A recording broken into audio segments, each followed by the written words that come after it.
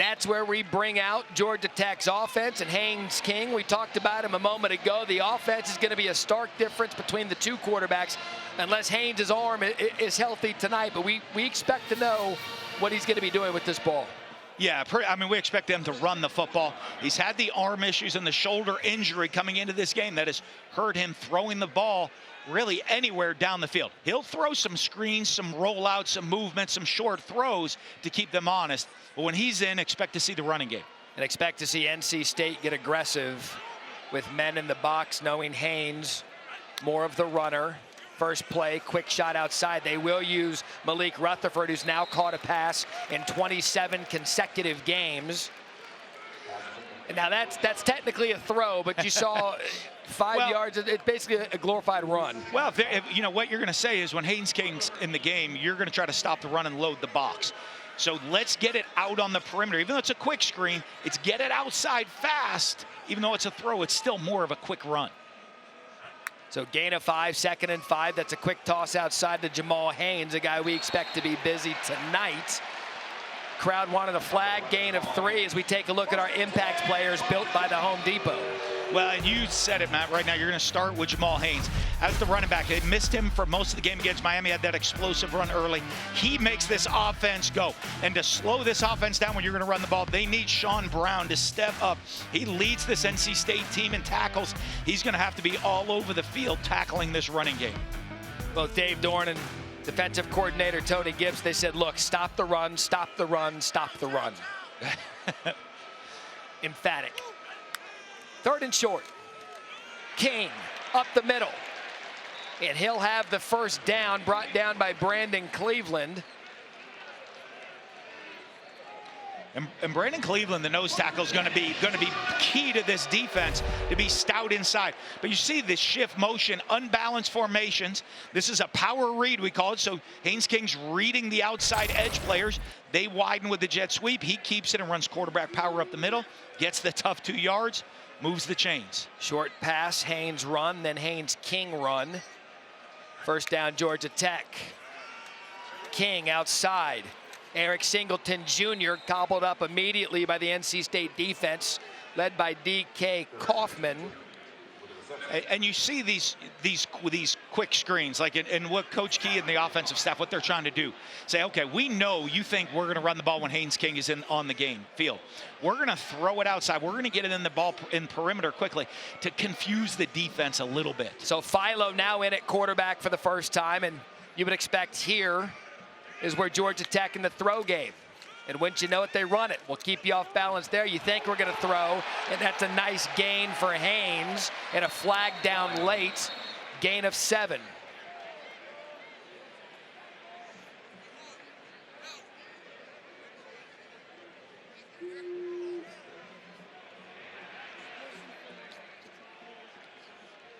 Personal foul, face mask, defense, 15-yard penalty, and an automatic first down. Stuart Mullins, our referee tonight. He's a not real tall, Jamal Haynes, but he is a powerhouse. Trying to reach to get him down. Got a little bit of a face mask there. But I like changing it up because the defense, you've told them all week, Haynes King's going to run. Yep. Philo's going to throw. Just mix it up. It just puts a question mark on the kids on the field, their head. Even though it's not anything different they've expected, it just questions. So 1st and 10, King outside after the penalty, and that's Chad Alexander. So Philo comes in and hands it off. King comes in and throws it. Yeah, and that is to cause it. And they're going to wish they had that one back. Haynes King, and you can see right now the tight end is going to be uncovered going down the field. Haynes King, that's going to be a question mark. Does he have the arm strength to even make that throw 20 yards down the field with uncovered receivers to get them the ball? Rushing offense, 3rd in the ACC, just under 187 yards a game. Philo back in at quarterback, play fake. He's got a man over the middle of the field. One-on-one coverage, pass up, pass, caught.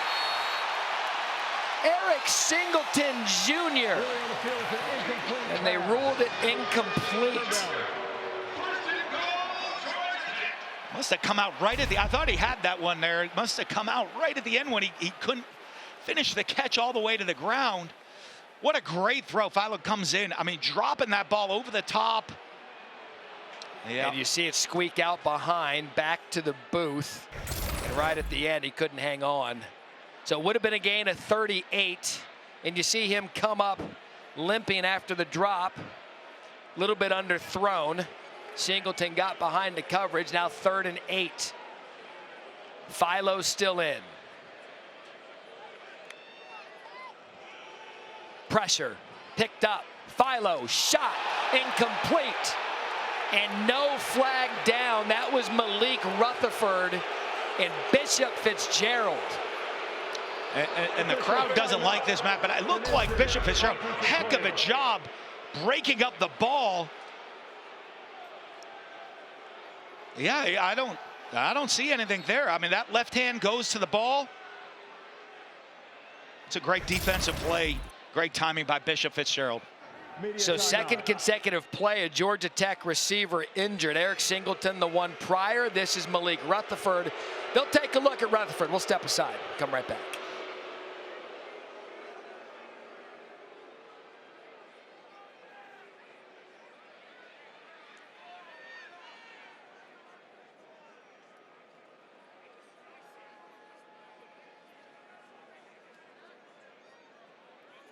The flexibility of it, trying to run up and down the sideline. He showed a lot of frustration. You mentioned Malik Rutherford. He was helped off the field, could not put any weight. It looked like on that left ankle was really bothering him. Matt, we'll keep you guys updated. Harry, thank you. That's 97 receptions that are currently off the field. Now 4th and 8. Philo out there for now. Play clock under 10. Yeah, we might try to draw him off sides one more time here. And discipline goes to NC State. When your top 2 receivers are out of the game on a 4th down and 8 and a true freshman quarterback is in there, I think they really cover. They made sure to cover. Let's stay on sides on this one, man. They're going to try to get it into a 4th and short where they can maybe make the change of Haynes King coming in and run for the first down. So the delay of game moves them back 5 yards, give the punter a little extra space. It's David Shanahan, averaging just about 43 yards a punt. That's 3rd best in Georgia Tech history. Jalen Coit deep to receive. So a good job by the NC State defense. Georgia Tech had a little bit of a drive going. They were able to hold him there on 2 incomplete passes. That's a fair catch at the 15-yard line, and that's where we'll see NC State's offense for the first time tonight. ABC college football lineup. Ole Miss squares off against Florida at noon Eastern, then Kentucky goes to Texas. Alabama at Oklahoma, the nightcap. SEC on ABC. Mercedes-Benz Stadium is where we cap off this college football season and the national championship game. All those schools you showed are trying to get there a couple weeks earlier for that SEC championship game, which is that is a big-time game in that stadium. So here we have a look at the true freshman C.J. Bailey. Hollywood Smothers, Casey Concepcion in the backfield. And that's Smothers on first down. He gets smothered by the Georgia Tech defense. Sylvain Yunjuin leads the tackle. He's 26 years old. my guy's got some experience. Yeah, so he's not going to get fooled by the zone reads. Does a great job just shuffling down the line, staying square. The rest of the defense is stout. He forces the handoff by keeping his shoulders square on the zone replay. Falls in to make the tackle. So no gain, 2nd and 10.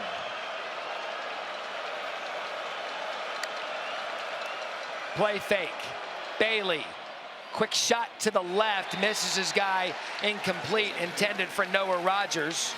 Is Dave Dorn in his 12th season at NC State, 6th among all active coaches.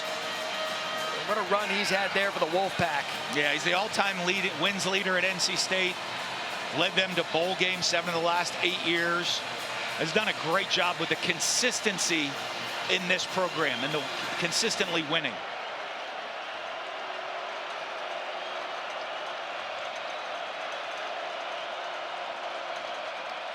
Tech bringing a blitz. Bailey quick outside. And they get a lot of that yardage. That was Smothers out of the backfield. It's gain of 8. And a nice call early. You have a third down and long early in the game with a true freshman quarterback. You know they're going to try to confuse him, give him different looks. Don't try to force the ball down the field. They gave him a quick screen, got it out. They had a chance to get the first down, just a little short. There's nothing wrong with punting early in a game. So Bailey Stockton deep to receive the punt. Caden Newcastle punting for the Wolfpack. 3 and out. The punt at the 35, 36 yard line, punt of 40 yards. So a good job by both defenses early on. Come see. That goalpost went on tour after the upset of 4th-ranked Miami a couple of weeks ago. Then I love the story about Brent Key as they put in the new goalpost. Brent Key was a part of one of the biggest upsets in program history when he played 1988. They upset number 7 ranked Virginia. Goalpost came down, and then he was the head coach for the spanking new posts here tonight at Bobby Dodd. He's got a piece of that old goalpost in his office. We had a little piece with us earlier today. We did. As they're looking to build on that momentum from the upset of Miami. Haynes King back in at quarterback. Jamal Haynes situated at running back. Quick end around. That's Eric Singleton. He gets popped. And you see how fast NC State's coming downhill defensively. It's because of not the threat of pass when Haynes King's on the field. They're trying with unbalanced shifts and formations, jet motions to get the ball outside. But a great job, and without the threat of throwing the ball down the field, they can play hard, fast downhill. That was Betty on the tackle, Philo back in. And wouldn't you know it, look left, throw left, pass tipped, and caught by his high school teammate, Bailey Stockton. And a gain of 5. And what a difference from everybody at the line of scrimmage to a drop 8, only 3-man rush as soon as they change the quarterbacks. And I think they're going to get onto this fast. Yeah. They're going to get a feel for what each guy can do very quickly in this game. Tony Gibson and their staff, excellent defensive coaching staff over at NC State. They weren't shy about telling it. When this quarterback's in, we're doing this. When the other one's in, we're doing that. And so far, false start, early movement, Jackson Hawes.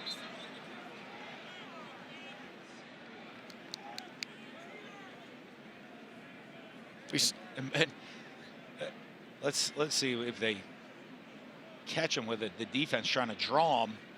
Yep, they're going to. Georgia Tech players. No. Offense, number 72. 5-yard penalty. 3rd down. So you saw about 4 Georgia Tech players point at NC State like they were going to get the call, and that just.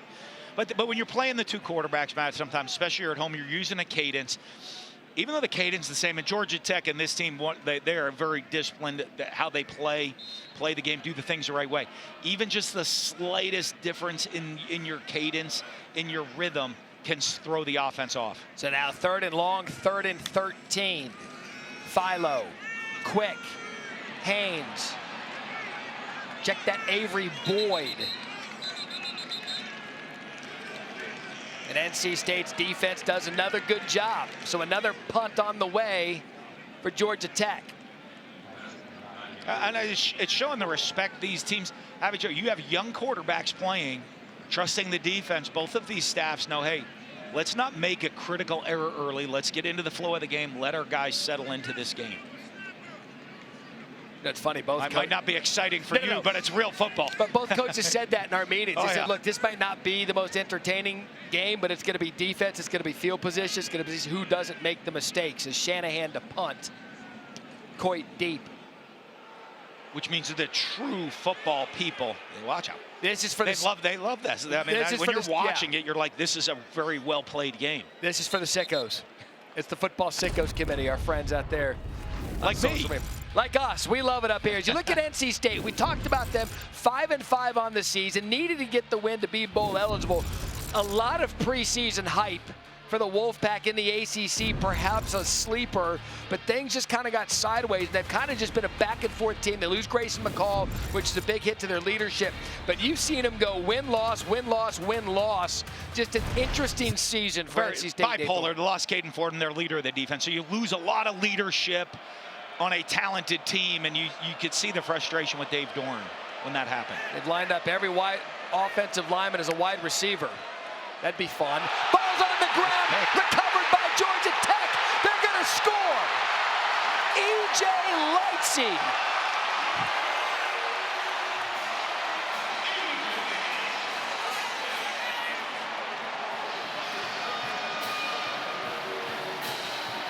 NC State has turned the ball over 18 times this year. And if they wanted to get it out, they said they cannot turn the ball over, and KC Concepcion coughs it up. Well, you see it's going to be an interception, not a fumble. That was a forward pass, and that never touches the ground. You see he tips it. Ball's tipped again by Bailey in the air. That's an interception return for a touchdown. And we just said it, the conservativeness of the game, and they go wild. Okay, so tonight, we got a special thing going tonight with the ACC. The ACC was good enough to let our Matt Austin, our rules analyst, listen in with the replay official tonight, Rusty Ackery, and back at the ACC Command Center. So our Matt Austin is going to be listening to the conversations between the replay official here at the stadium and the conversation he'll have with the ACC Command Center. On the field stand, touchdown. Matt Austin, for your first time out, that had to be a pretty easy conversation to listen to. Well, it really was, but it was extremely interesting because from my view, I saw that it was a forward pass. I thought the ball hit the ground, which made it incomplete, and the player ran it in for a touchdown, which was coming back. But looking at the replay, they could see easily that the ball was caught, never touched the ground. Therefore, it's a touchdown, so the play stands. Matt, quickly, the discussion was what? That the play was a forward pass that never touched the ground, tipped, caught by the defender, running for a touchdown. Okay, we'll have that for you all night long so we can hear what's going on with the replays. And it's the defense and Yeah. And because of it, the home team 7-0 lead. DK Kaufman.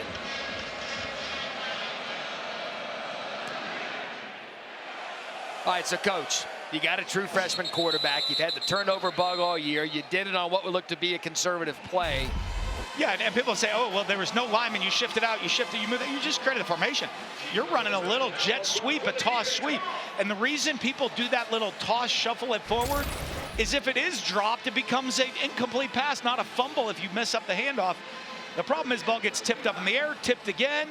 Defense catches it for an interception now instead of a fumble. Return for a touchdown. It'll be interesting to see. Dave Dorn talked about his team handling adversity and early adversity tonight for their young quarterback.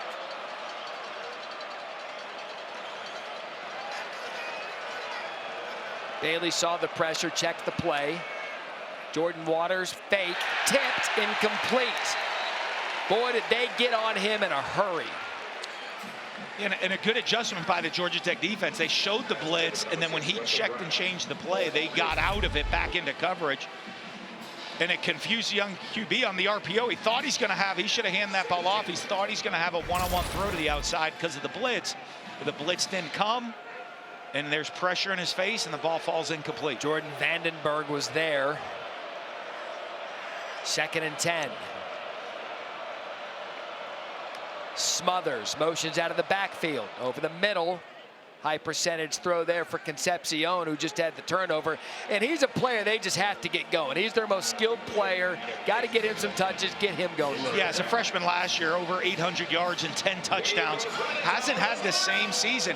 He's one of the reasons everybody coming into the year thought all the talent that they have is going to be special. And you look, the production's fallen off. Some of that's playing with different quarterbacks, but they have to get him the ball.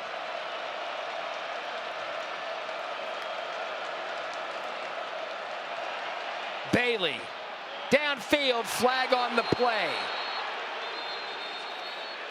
Intended for Dakari Collins. LaMiles Brooks covered him. Pass interference. Defense, number 1. 15-yard penalty. First down. Several way to move the change, Coach. And they're running the corner route. You just see LaMiles Brooks right there hooking him around to impede him as he gets run by as on a deep throw. Easy call for the official. Moves the change. That's a big first down for NC State. They got to come back to get this confidence you're talking about, settle things down on this drive. First down of the game for the Wolfpack. Kendrick Raphael in the backfield for the first time tonight. They give it to him. Tries to get his way up the middle. Good job bouncing out, but Tech's defense there. Tajay Butler. There for the Jackets, no gain. Yeah, and again, they're trying to run it. Just an inside zone, split zone play. Great job, everybody fitting their gap. Defensively, your responsibility is stay in your gap. You don't have to make plays. Do your job in your gap. There's nowhere for the back to run the football. Smothers now in the backfield. Motions out. Bailey looks his way. Goes back, sets up the screen over the middle. And again, those Yellow Jackets swarming. Butler, who just had the big play a moment ago.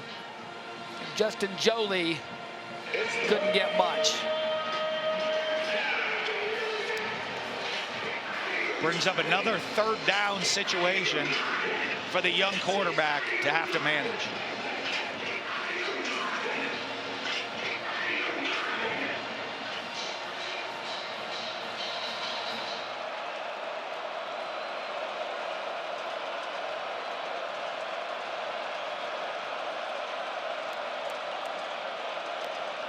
Georgia Tech backs off. Bailey, time, over the middle. That's a good catch by Dakari Collins. He went up and got it for a gain of 14.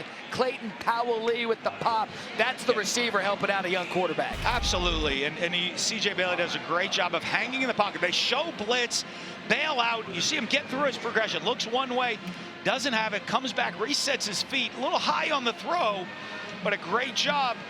Hey, when you've got a young quarterback playing and you're a receiver, you got to help him out by making some of those plays. Collins, a Clemson transfer here from Atlanta.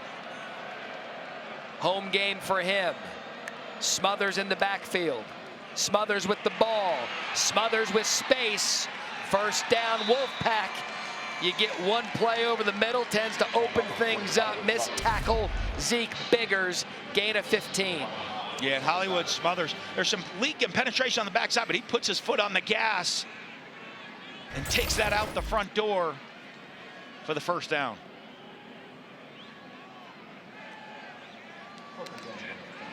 So the 15-yard penalty kept this drive alive. Third down conversion. Now here comes the red zone for NC State.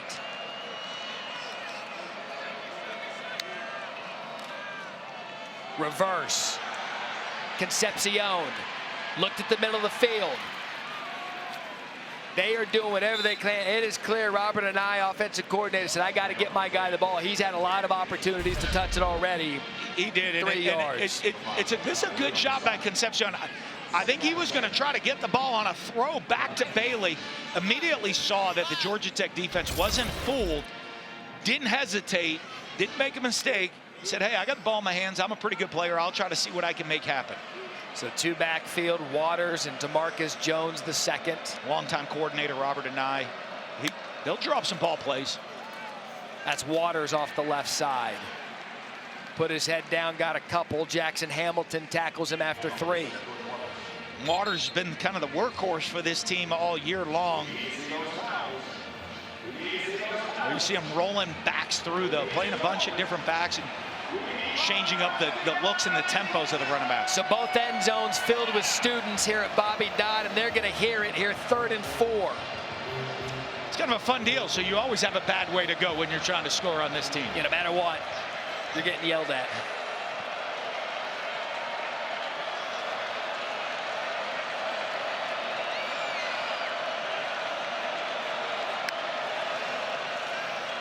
Pressure.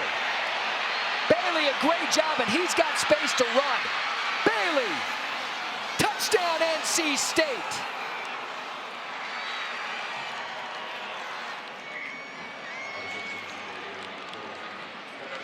The true freshman, C.J. Bailey, escaped the pressure and wisely went to the right, and he's got a touchdown to speak for. And they brought a zero blitz, which means they brought everybody. It was man coverage across the board. They were going to bring one more rusher than NC State could block. But what happens is, if you don't make the sack and he escapes, once Bailey escapes, you see the middle of the field. There's no one in the middle of the field. Once he escapes, there's no one left on the defense. Everybody's in man coverage. He's able to get into the end zone. Extra point attempt by Kendrick Raphael, good. That's 283 consecutive drive. Young quarterback handles the adversity, and now we're tied at 7 apiece. So Colin Smith to kick. Singleton Jr., Bailey, Stockton back there deep. And that'll go back into the end zone for a touchback.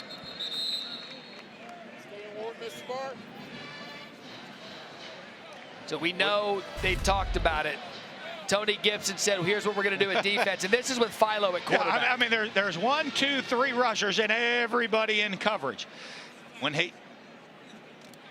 King comes in at quarterback, you're going to see it. Look. Oh. I mean, look, everyone's at the line of scrimmage. There's one guy covering a receiver. Everybody else is at the line of scrimmage right there. It's, you know, so, I mean, we saw it. Miami didn't adjust to it last week. They saw it on film. Philo's in. They're going to play a little more base, regular defense. And a play fake from Philo. He's going to try to go downfield. Had time. That could be now incomplete. I wanted to wait and say that could be an all-time interception for T-Mac Cooley. He still thinks he caught it. They're going to watch the replay board here in the stadium. Let's have a look with our own eyes. Officials timeout for an injured defensive player. Oh. We had he's got a guy in the way. Let's see. We had a big fella giving us the eclipse there. Let's have a look at this one.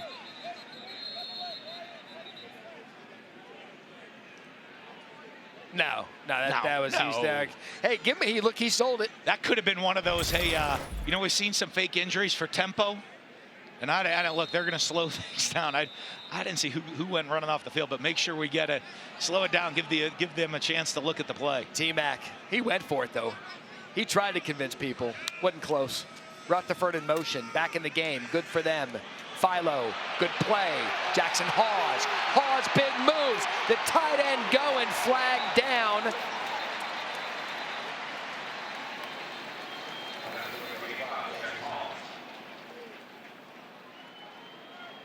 For now, Jackson Hawes for 35. And everybody's walking back. Holding. Offense, number 13. 10-yard penalty from the spot of the foul. Second down. Yeah, it's in the perimeter after the catch.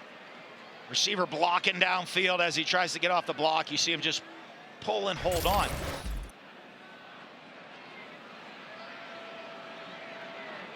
Now let's see what this should be a first down. The ball is beyond the line to gain. First down. The penalty occurred, first hit, right, downfield. Actually 20 yards down the field was the holding penalty. So you'd walk it back 10, but that's still enough to move the chains for a first down for Georgia Tech. It's Isaiah Canyon, true freshman. Warner Robins High School here in Georgia.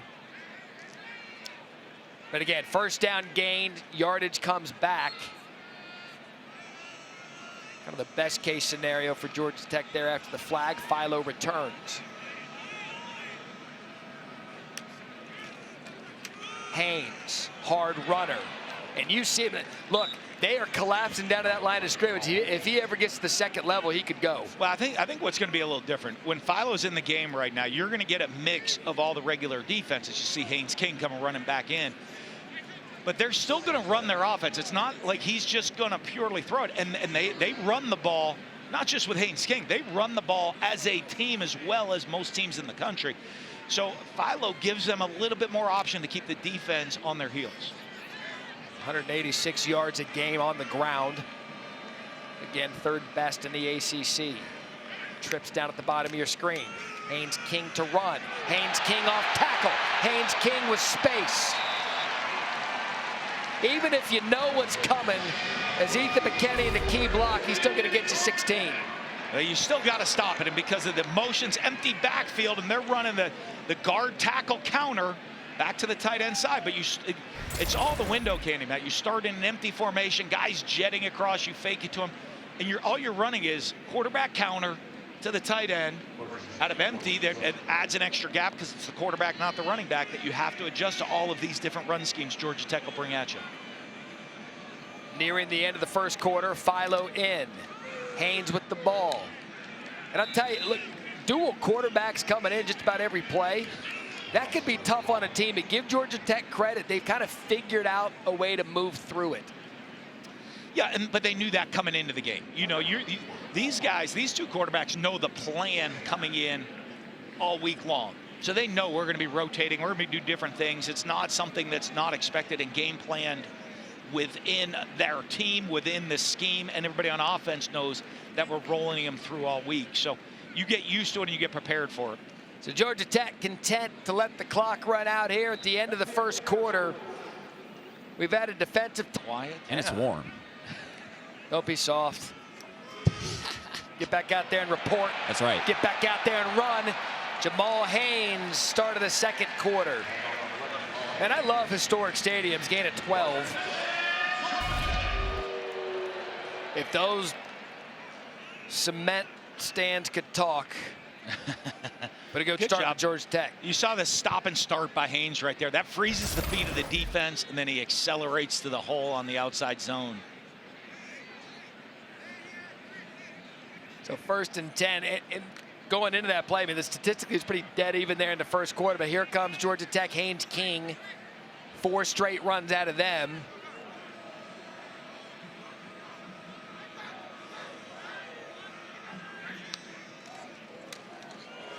End around. Singleton Juniors. That's a great job of recognition by NC State. That was a good drawn up play, and Isaiah Crowell sniffed it out in a loss of 2. What a great job by Crowell reading the reverse. They had numbers out, and Crowell comes and sets the edge. You're going to see him at the bottom of your screen, spike upfield. Not there to possibly make the tackle, even though he falls back in on it, makes it at the end, but forces the run back inside. Does his responsibility, forces it back to all his friends and his teammates coming running after the ball. Weston Franklin was out there trying to lead block. 2nd and 12 there, Philo in, but a run for Georgia Tech. That's Devon Betty. A gain of 2. Yeah, to your point, I mean, if it was as easy as, oh, Philo's in, we're going to throw, Haynes is in, we're going to run, it'd be the easiest offense to stop. But they have to stay within who they are, and we've seen that to this point. Yeah, the whole playbook's really open to Philo. Even though as a true freshman, you're going to be conservative with him. You're not just going to throw with him. You're going to run your offense. And then Haynes King's going to come in for more of the direct quarterback runs and some of the zone read type plays. So 3rd and 10, Philo. Speaking of designed quarterback run, Philo showing he can do it too. Lowers his shoulder there on 3rd down, and a gain of 7 brought down by Bishop Fitzgerald.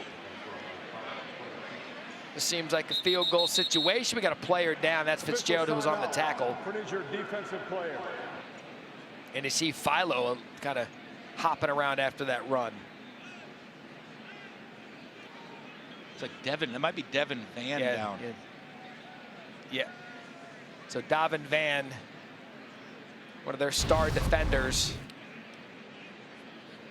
So they'll take a look at Van, a star on NC State. But you see the hit on Philo came up a little bit. We'll come back to that. Ooh.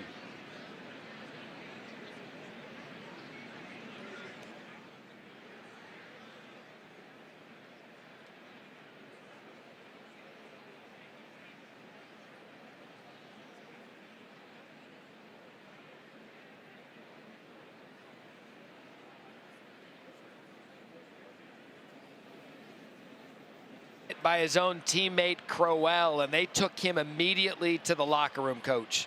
Yeah, that helmet to helmet, friendly fire. They walked him off the field right in the locker room. Hopefully he'll be all right.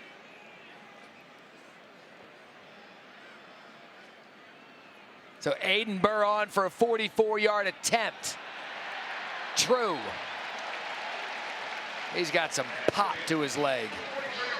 10-7 Georgia Tech. Back to Van for a minute. He's a player that the coaching staff just raves about and how he's grown through his life and adversity. If you haven't read it, I encourage you to go to ESPN.com. David Hale wrote a story about him today if you haven't read it. Kickoff Week 12, NFL Sunday, 10 a.m. Eastern. Countdown crew on ESPN and the ESPN app. They'll have all the early breaking stories, injury updates, and previews of each game right up until kickoff. And then LA, SoFi Stadium, Week 12 Monday Night Football matchup. Lamar Jackson and the Ravens take on Justin Herbert and the Chargers. 8 Eastern, ABC, ESPN, ESPN Deportes. Peyton and Eli on ESPN2. So a 10-play field goal drive, ate up to about 5 minutes leading back to the first quarter. And Georgia Tech's got a 10-7 lead. Yeah, and that's vintage Georgia Tech football right now. They're going to run the ball, eat up some clock, put together a long drive, come away with points, and put the pressure back on NC State to respond. It's a DK Kaufman. Deep. Let's check in with Harry. Matt, we don't have an official designation on the injury yet in terms of what it is, but we do have an official that he is questionable to return. Davin Van is questionable to return. All right. So NC State already without their leader at linebackers out for the season. Not only a leader, one of their best players, if not their best defender. Now they'll check out Van, but you just heard Harry say questionable for the night. So more adversity for Dave Dorn and the Wolfpack, but a good job by the defense holding Georgia Tech to just 3 points. Yeah, and let's see if they can build off that last offensive drive where they really started to get into a rhythm.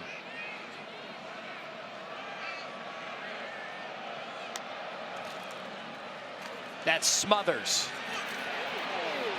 Tell you what, he's made a couple of guys miss tonight. LaMiles Brooks was there, couldn't bring him down. Second effort, 6 yards for Smothers. Yeah, and they're running the outside zone.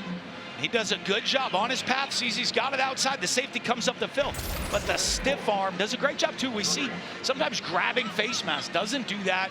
Keeps the hand open, strong, not just stiff arm, but lower body to keep his balance, and gains 7 yards. So Smothers now out of the backfield, empty backfield at the moment, now motions back in. Bailey rolls out to his right, throws it behind his intended receiver. That was the youngster Keenan Jackson, true freshman from North Carolina. Powell Lee on the coverage.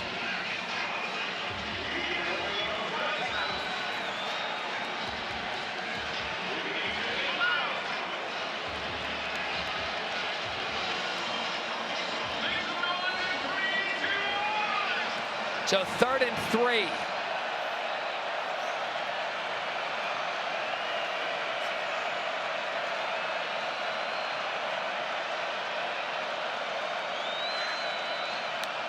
Here comes the blitz. Bailey rolls out, stops in his tracks, and it's batted down. Trinilius Tatum. And the Yellow Jackets get a stop. Second 3 and out on the night. And Tatum, the blitzing linebacker, stayed with the play. Bailey gets out of there early. Tatum stays with it. You see Bailey bailing out early, but he keeps his eyes downfield. Off the scramble, trying to make the throw. Tatum, good job staying with him. See him go for the pass, just get the hands up. Big 3 and out for that Georgia Tech defense. So Newcastle back again to punt.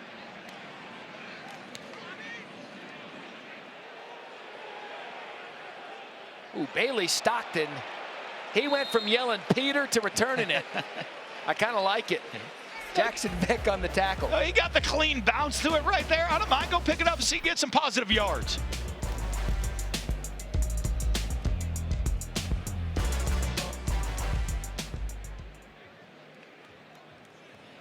Stadium just 2 weeks ago, and one of the great upsets of the season. Second consecutive year, Georgia Tech takes out Miami and ends their undefeated season. Yeah, and they did it very differently. They were able to run the football all over the field against Miami. You see the clinching play on defense, Cam Ward holding the ball too long, students storming the field. huge win, another huge win for Brent Key. But he said, doesn't mean anything if we don't follow it up with another win. That's exactly right. You know what I love about Brent Key's an offensive lineman. He's got that intensity to him. I wanted to talk about the Miami win on SportsCenter today. He wasn't, it's like, you know, we're moving on. We enjoyed it then. We've moved on. He put it perfectly. That win does us no good if we can't follow it up with another win. There's your coach speak of the night. But it's all truth. You enjoy that win that night, and you're moving on. You know, you're getting ready for the next game. What do you guys call it, the 24-hour rule? Yeah, you enjoy it. That's original. Maybe have a cocktail or two. Philo to throw, and immediately wrapped up by NC State after 4, Avery Boyd on the reception. But you have to when you're building a program, and that's what Brent Key is doing. He's trying for back-to-back winning seasons. They haven't had them since 13 and 14. And to do that, you gotta get a big win. Yeah. And then you have to build on that. Well, the big win creates excitement within your program, excitement within the fan base, the student body, and also recruiting. So a bunch of recruits on the field pregame, as that's Alexander, and that's a flag down. Devon Betty, first one there.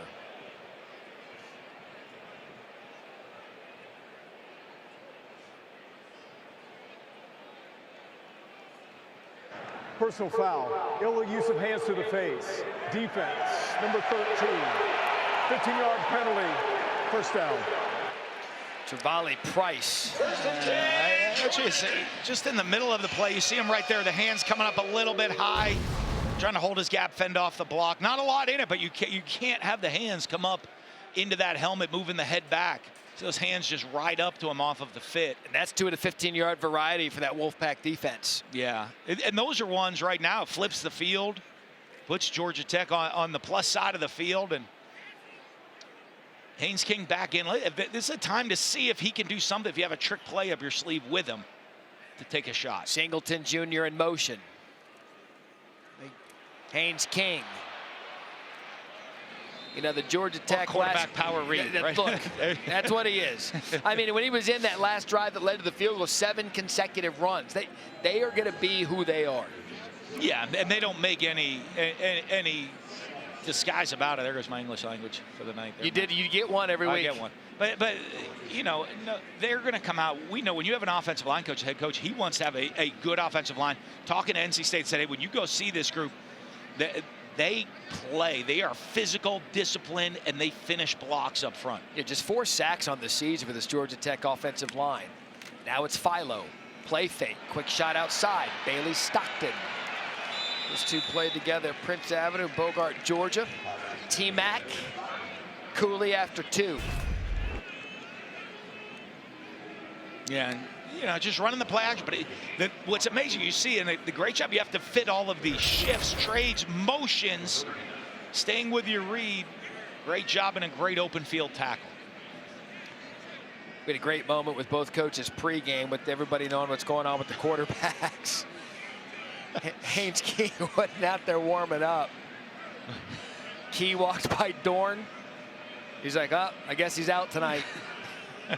Winked and laughed. Philo up the middle. Remember, he got banged up on the last run, but he'll stick his head up in there. Sean Brown, and they're going to move the chains. First down, Philo. As we say, they're going to run the whole offense with Philo in the game. But we were looking for Haynes King to see what he could do pregame. We couldn't find him. Dave Doran goes, looks for him. He can't find him, and Brent Key just smiles and laughs. You know, that gamemanship coaches have before the game. It was such a good pregame moment with them having fun with each other and both coaches trying to find that last bit of intel they can. And that's Jamal Haynes wrapped up immediately by Kamel Bonner, loss of 1. And they said, whenever you're going to play Tony Gibson's defense, how they attack you, their blitzing style and the scheme that they play. You know, they said when you're talking to Brett, they're going to expect some plays that are going to be negative yardage play. We're not all, you know, they're going to be so aggressive. We got to stick with it, and we're going to hit some. This 3rd tackle for loss tonight.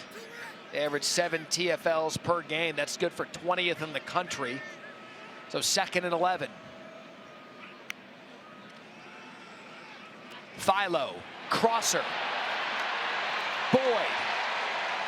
First down, Georgia Tech. Gain of 12.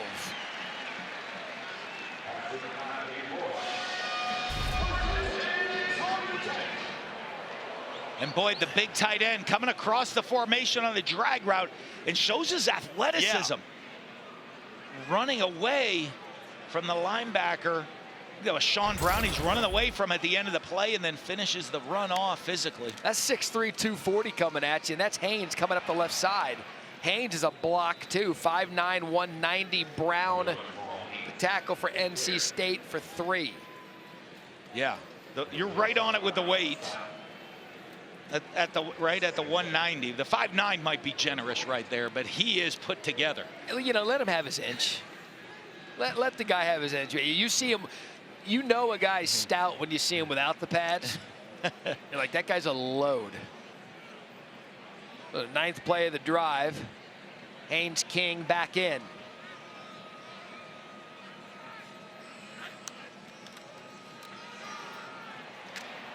I mean, even when you know it's coming, still gets positive yardage for 4. Well, when you're going to run the quarterback run, or, you know, I mean, if we want to go to the people that used to watch this stadium back in 1913, the single wing offense. Sure. You spread people out and look at all the blockers. You're running counter with the tailback leading. You're adding an extra blocker every time the quarterback runs the ball. They've seen it a lot more recently with Paul Johnson when he was running those ball plays around here. So trips bottom of the screen. Haynes King remains in. Boot tried to look up, but he's brought down immediately by Betty. That's a loss of 6.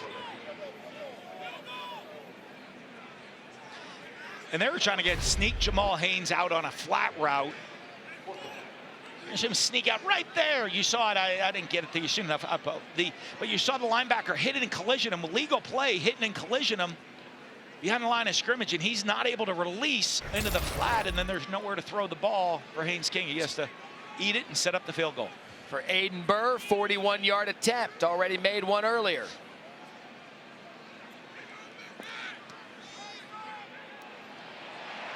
When you got Burr, it doesn't matter, right? Just don't knock me out of field goal range. I'll get you some points. Yeah, he's that C.J. Bailey threw on the tipped around pass on the jet sweep. But all of them are feeling him out, and this is what we expected. But, you know, the big thing in this game is time of possession. Georgia Tech's going to put the pressure on you because they're going to shorten the game and not give you many opportunities. And you just feel, whether it's real or not, you feel it as an offense. A 10-minute difference, time of possession. Last 2 drives, 4:58 and 6:17. D.K. Kaufman from his 1. Gets it out past the 20. That's LaMiles Brooks with the tackle. There's the Taco Bell Live Moss student section all season long. Student sections across the country are competing to be the Taco Bell Live Moss student section of the year. Download the Taco Bell app and learn more. I love student sections at college games. By the way, you're 2 for 2. You've read that well 2 weeks in a row. There we go. Hey, and the students today that came out to Sports Center, they were rocking. They were having a great time. No matter where you go to me, the stadium, the students in college football, the students set the tempo, the stage, and the energy within the stadium. They are the oxygen, for sure. C.J. Bailey, draw, run. Waters, nothing. Powell Lee.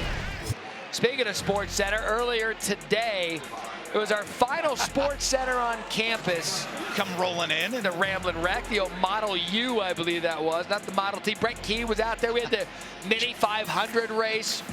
Look at Harry. Harry, ready. Literally getting spoon-fed by Mullen.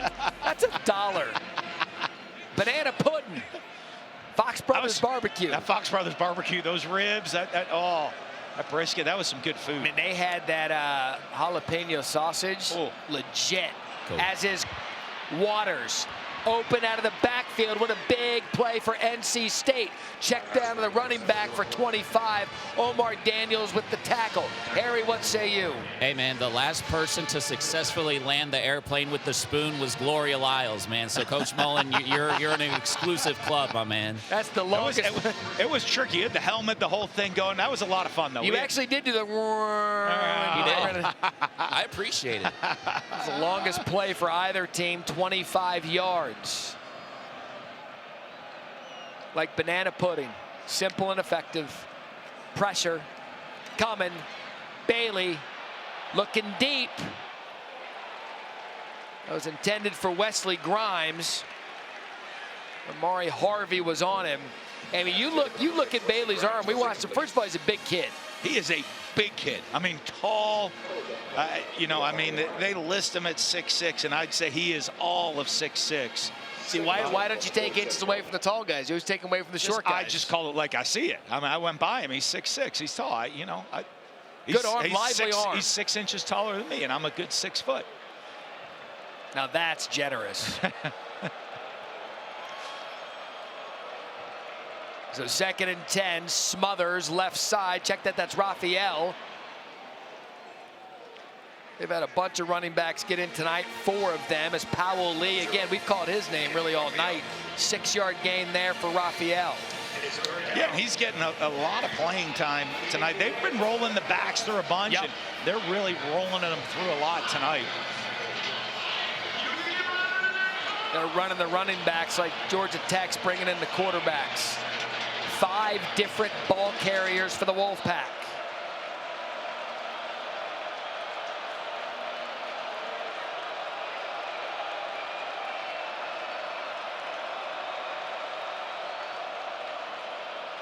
Third and 4. Bailey forced off his spot, trying to get it with his legs, and he gets popped on the sidelines by Harvey. And this is going to bring up a tough decision for Dave Doran here as we talk about the time of possession and how Georgia Tech eats up the clock. This is where you feel some of the pressure. How many possessions do we have? You see they drop into coverage. Bailey sees that no one's open. Good, quick decision to make it fast. And you saw him kind of get up a little bit slow as he takes that hit to the rib cage. Clean hit, and the ball actually was just kind of hanging out, laying there for someone to grab. And 4th and 3 right now. I wouldn't be surprised to see Dave Doran take a timeout right here. Let the clock run down. Right now, they got the play call in late. Let's take a timeout, settle things down, and get exactly what we need done. You still have all 3 as we also approach the 2-minute timeout. That's what they're going to do. NC State, their first of the half. You bring up a good point. Timeout. When you look at the time, it's almost like when you play one of the service academies. You're not going to get the ball that many times. And I just gave you the time of possession statistics for Georgia Tech.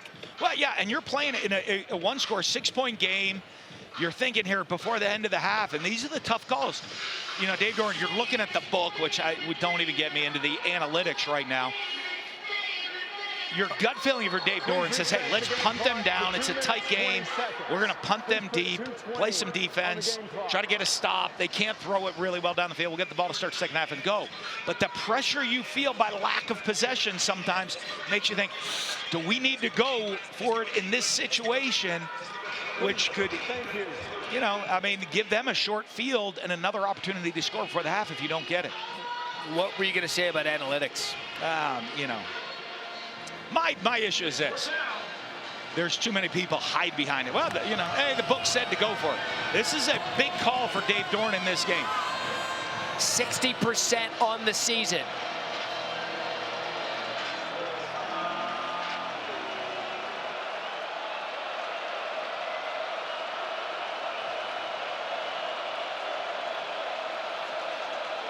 Bailey gonna throw. Had the time, tipped. Yunjuin ends the possession.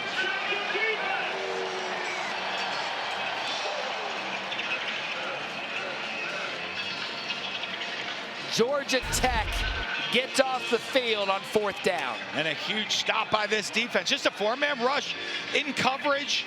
See him running the mesh route. Maybe thinking and expecting man coverage on the mesh route. They don't get it zoned. They sit down in the middle. Good job getting the hands up inside. And you know what's impressive? We talked about the height, 6'6" of the quarterback. That's their 3rd pass deflection of the night, the Georgia Tech defense. Yeah, you see that. You get the hands up in those situations. You're not going to get to the quarterback. You're told to get your hands up. And now this is a shorter field for Georgia Tech with a chance to get points before the half. Best starting field position of the night for them. All 3 timeouts, and Haynes tried to cut back, and Brandon Cleveland of the Wolfpack weren't having it. You kind of see some, yeah, I mean, that's where you get into the tough call in these decisions. You don't want to rely on analytics all the time, is because they have, even though they're going to run the ball, not a big passing team, they're going to have the opportunity to run their regular offense with all those timeouts. A little Sun Devils football. The man, the myth, the Mahenti and crew at the half. Philo at quarterback. Eyes downfield, finds that soft spot in the defense for Bailey Stockton. It's obvious they worked together in high school. Good throw for 12. It's got a nice safety blanket, right? If you're a true freshman quarterback, the guy you threw a bunch of passes to in high school, and you know, over at Prince Avenue Academy, they're going to throw the ball every snap. So he knew how to throw it in high school. Haynes. They've done a good job. Brandon Cleveland there. No gain for Haynes. 31 yards on 9 carries tonight. Well, we taught NC State, you knew coming in, they were going to stop the run. They were ready. They were going to make a commitment to stopping this running game. And you can see Georgia Tech can take their time. They have all 3 timeouts, yep. Plenty of time on the clock. Yeah, Tony Gibson's philosophy, stop the run, no explosives. The only touchdown in this game is Haynes did a good job, not only catching the ball, but staying on his feet. Momentum wanted to bring him down. Gravity's undefeated, but that time he beat it for 7. Marshall forced him out of bounds. That low center of gravity. That's because he's 5'8" in your mind, 5'9" he'd have fell. I'll give him love, though. I'll tell you what, he hasn't missed a day in the weight room. He is put together. See, unlike Harry Lyles, he does leg Jamal day. Haynes does leg day, yeah. Exactly right. 3rd and 3. Philo. Timid, and he paid for it by Cleveland, who's having himself a first half. There's a difference in running style between Haynes King and Philo. Haynes King will run it right up there. You can see Philo kind of tiptoed his way through the line, and we're going to get a timeout. Yeah, another quarterback lead direct run play. Timeout. NC State, their second of the half. 30-second timeout.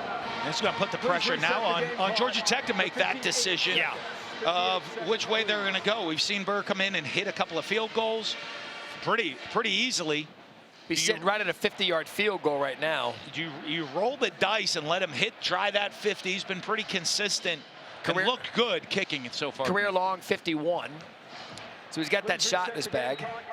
Yeah, you know if you have it, and then you look at what he's done earlier this game, it's an interesting decision. Next stop, Formula One schedule, 2nd annual Las Vegas Grand Prix. Saturday night under the lights on the Strip, 1 a.m. Eastern, 10 Pacific, ESPN. Pre-race coverage, 11:30 Eastern on ESPN, ESPN Plus, and ESPN Deportes. You know, I keep missing my invite in the mail to go cover Grand Prix F1. It's supposed to. Have you ever been? I've never been to one. I have not. I hear it's a lot of fun though. I'm going to hold off until they go to Monaco. You roll in. Just invite me on your yacht when you go out to that one. We can watch it from the deck. We'll have the stews bringing us some food and drinks, just like live the yacht life. So 4th and 2, offense out on the field.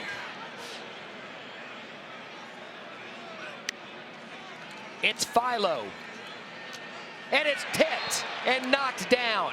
How about the defense coming up big for NC State after the offense didn't get it on 4th and short? Yeah, they returned the favor, create that stop and get off the field and not give Georgia Tech the opportunity to get points. And again, it's the hands up. You see, you're not getting a pass rush. What do? Read the quarterback's eyes. Brandon Cleveland, that's the nose tackle. He knows he's not getting home. Get the hands up, deflect the pass. Yeah, Brandon Cleveland looks like a nose tackle. Yeah. And he's proud to show it. He goes midriff. He's like, yeah, this is me.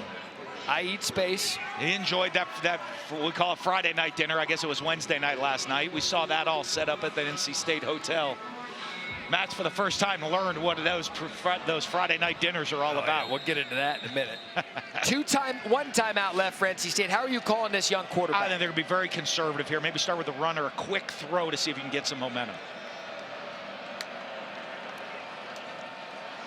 First down throw it is. Bailey again, good job getting away from the pressure. He just tucks it. And that's a good, smart decision. Don't force the throw. Keep the ball in your possession, brought down by Hamilton. Well, and that'll earn trust of your coach. I thought, hey, be conservative. Robert and I, they were taking a shot. They went on a vertical route down the field and trusted his quarterback. And Bailey, it wasn't there. Don't force it. Didn't make a bad decision. 2nd and 7. Checks it down to Waters. And Waters is going to get the first down. So now you got to drive going, gain of 9. Vandenberg on the tackle. They're going to have to hurry up here. They want to save that timeout. Try to get one more play to get it down the field. Clock stops, under 2. Quick snap. Bailey. Picked off. That's Tatum. And it's the 20th turnover on the year for NC State. And they're going to talk to him about this one of, you know, you're a young quarterback. You know the clock's ticking away right there. He's trying to force that one down the field into coverage. You know, the decision making, you're in his ear telling him, hey, we need to get this ball down the field to potentially take a shot at a field goal. He forces it a little bit. Not much time on the clock. They're going to hope he can get away with one here and get out of the first half without giving up any points off this turnover. All right, so 2 first-half interceptions for the true freshman. Timeout, Georgia Tech. And Georgia Tech still has all 3 of their timeouts. They're going to burn one here. And look, going into this game, 13-7 for now at the half, 10 seconds left. We're certainly not surprised up here that this is the style of football we've seen early on. No, with both teams where they're at. You know, you look at Georgia Tech, we know they're a physical running football team and what they do. Your starting quarterback has an arm injury, can't throw it very well.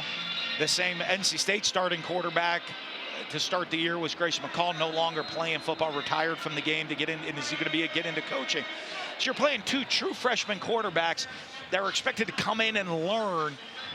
And you have defenses that are playing well. And it's a lot more jabs instead of saying, hey, let's let these quarterbacks rip. A little bit more conservative game, feel each other out, and try to get through, play defense, play smart football. Speaking of jabs, did you watch the Tyson-Paul fight? Yeah. You did? Unfortunately. You regrettably stayed up for it? I'm an old school. Like, I remember Tyson back in the day. I'm waiting for him to start throwing some haymakers. And then I remember, like, I go out, I'm 52 and go out for a jog, and I don't quite move as well as I used to. And obviously that's the case for Mike Tyson, too. Philo!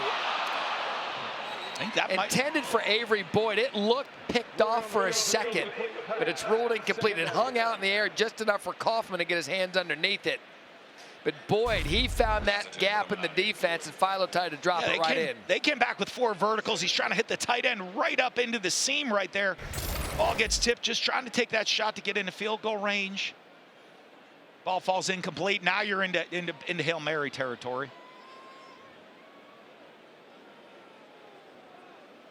All right, so 5 seconds left.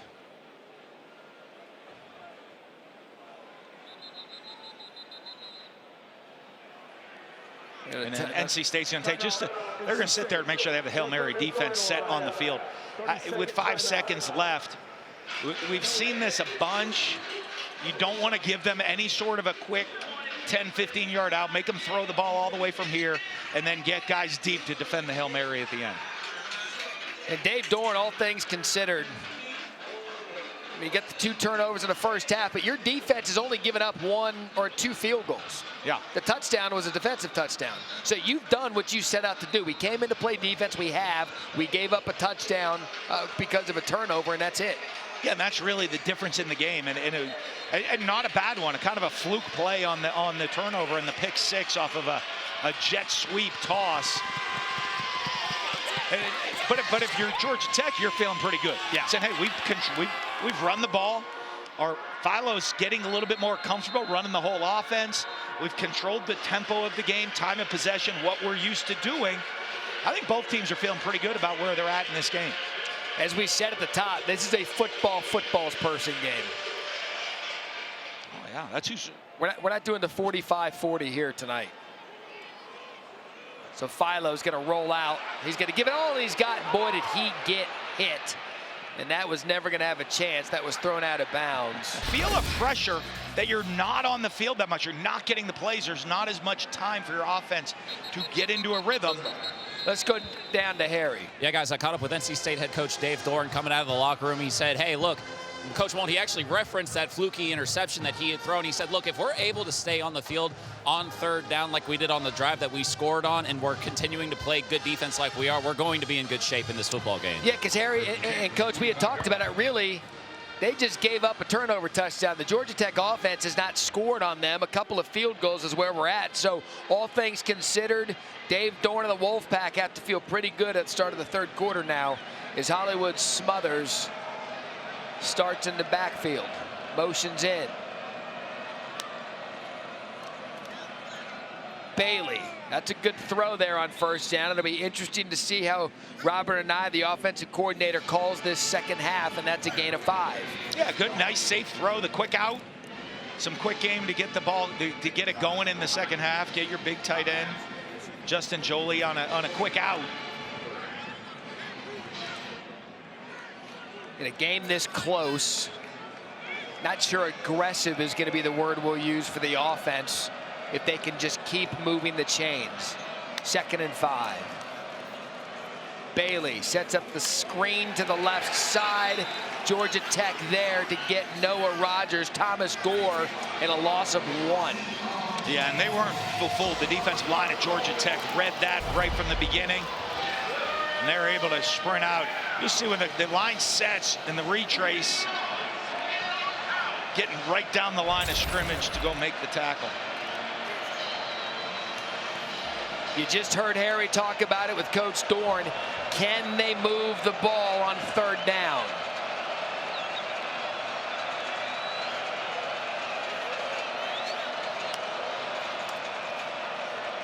Similar play to the last, similar result. Dakari Collins brought down by LaMiles Brooks, and that's a 3-and-out, 3rd one for NC State. That's how we start the third quarter. Yeah, and you wonder, why are they running the same play twice? I think they expected them to come pressure the young quarterback, showing blitz. Look, they've come after him a bunch on third down. They throw the screen to try to beat the blitz. Not happening. They're in regular coverage. Great job by Brooks reading that, making the tackle, getting off the field. Noonkester to punt. Bailey Stockton deep for the Yellow Jackets.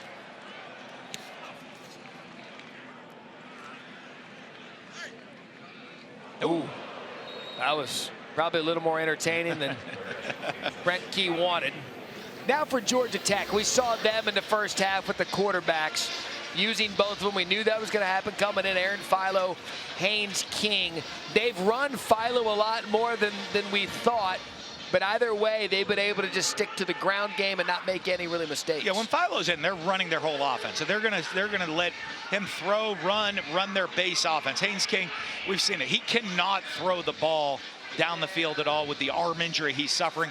He's coming in to run the direct quarterback runs and really be their running threat. But Philo, you're going to see a lot more of Philo here in the second half. You see a lot of Jamal Haynes, and you've seen a lot of Brandon Cleveland tonight. We saw Davin Van leave the field in the first half. We have been told he is not going to return to this football game. Okay, Harry, thank you. So that's a big loss for this defensive front. Look at Cleveland, 44. He's a nose tackle. That's what I'm saying. That's what I want my nose tackle to look like. Right, the shirt up. Show it off. Right, he's got a little. Like you earned that thing. You earned it. Let me see it and play there nose tackle. There. Just letting that heater just hang and have some fun with it. 2nd and 9. Play fake for Philo. Good shot, middle of the field. Eric Singleton Jr. First down, Georgia Tech. Gain of 12. And Philo's going to get some advantageous pass looks because of the commitment of stopping the run of NC State. And they're going to try to get on the fast ball and go fast here with some tempo, change it up. Yep, sure did. Tried to get the running game. And look, Price and that defensive front has done a remarkable job bottling up Jamal Haynes tonight. And that's a key. I mean, it starts up front if you want to stop the run. being physical. Then the linebackers, the defensive front is setting the front. Linebackers filling their gap and filling the right gaps. Consistency. You have to do it over and over. 12 carries, 33 yards, averaging just 2.8 a carry. They would take that all day long if you're the Wolfpack. So it's been all Philo. He was looking downfield, keeps his eyes there, not going to meet the receiver. It was intended for Singleton. That's a tough throw to make across your body down the field as Price was pressuring. Bit off a little more than he can chew. Yeah. Like that would have been impressive to make that. His receiver those guys play on Sunday. Was about 55, 60 yards downfield, thrown off balance across your body, running to the left. He's got some arm strength, but. So now 3rd and 9, 2 for 7 on 3rd down tonight. We had a 3 and out from NC State to start their 3rd quarter. Georgia Tech's had a 1st down on this drive.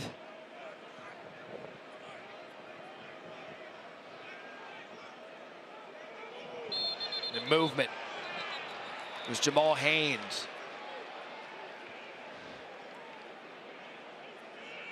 Full start. Offense, number 11. 5-yard penalty. 3rd down.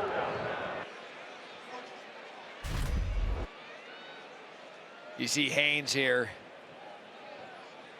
Yeah, just leaning forward, and he's trying to say, "Hey, that was a shift or a motion. I didn't intend to do," but it's him enacting a start of a play or showing the start of a play, and that movement, that sudden movement forward, does that.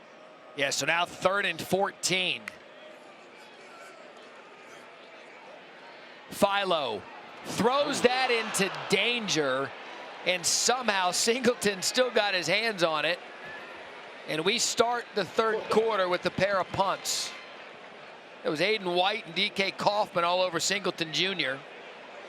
Yeah, as we said, a lot of jabs in this, kind of feeling each other out. Hey, we'll get through this series, we'll punt it away, start it all over. Give NC State the ball, see what they can do with it. Were those jabs, or were those the kind of rounds where both fighters are dancing around the ring? Yeah, it might be even a lot more dancing. Yeah, maybe.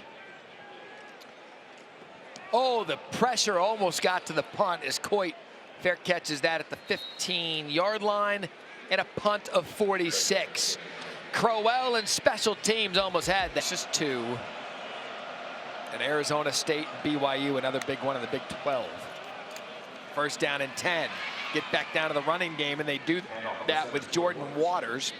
Let's talk real quickly Ohio State, Indiana. Well, I mean, we're going to answer a lot of questions. Ohio State either cements themselves with another quality win, or Indiana gets to prove they belong with the big boys. They've won every game by 14 points or more. It's not like they've squeaked their way into this magical season. They've come out, they play defense, they control lines of scrimmage. Curtis Rourke has targets to throw the ball to. I'm excited for this game this weekend. Good 6-yard gain on 1st down to make it 2nd and 4, and that ball was tipped, which is why the defender could get aggressive with the receiver. Your thoughts when I say Indiana's strength of schedule is 106th? Actually, they're undefeated. That's the schedule they were given. They played it. They're playing in the Big Ten. People talk about, hey, the Big Ten's a really good conference. They've played a bunch of Big Ten conference games, and so don't tell me the Big Ten's a good conference if if you're going to play a whole full conference schedule and your strength of schedule is awful. Pressure showing. 3rd and 4.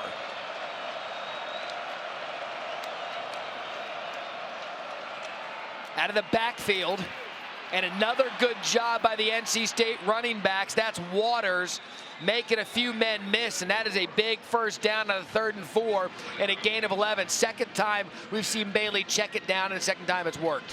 Yeah, and they were showing the blitz. Georgia Tech bails out. Bailey still makes a quick decision, gets the ball to his running back in the flat. Even though it's a zone coverage, Gibbs there. He gets it, and then a great job by Waters, the big physical back, being able to break the 1st tackle, move the chains.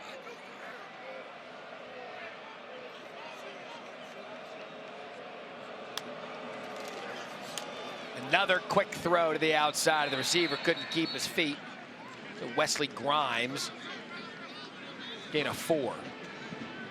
One more question, Ohio State, Penn State, while I have you. Yeah. If Indiana wins, what of the Buckeyes? Well, I mean, here's my argument on that one is, if everyone says that, boy, if Indiana gets blown, look at their strength of schedule. They're no good. They're not this. They're not that. They should be out of. They could be out of the playoffs with a loss, especially if it's not a good-looking loss. Well, if they're going to be out of the playoffs if they lose, I guess if they win, maybe Ohio State should be out of the playoffs, Matt. That wouldn't sit real well in Columbus, though. No, but that's sitting well right there with the Georgia Tech defense. Kyle Eford, first time we've called his name tonight. There's some teams still underappreciated. I think we might do a little blind resumes later in the show, and I think people will be shocked on some of those of how all that shakes out. But there's still a lot of football to be played. There's a lot to prove for everybody. Last week, Georgia was up in arms. This week, Tennessee's up in arms. Some interesting things as they shake out as the year goes on. Big third down here, though. Yeah, and a lot of football to play here. 3rd and 7.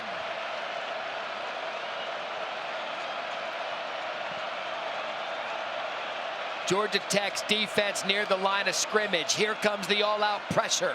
Rolling to his left, and that is a good job by Bailey to find Keenan Jackson, and it's going to be just short. Gain of 5. That's going to be a no-brainer punt for Dave Dorn. Yeah, and it's a good call. They're blitzing. Get him out of the pocket against the blitz.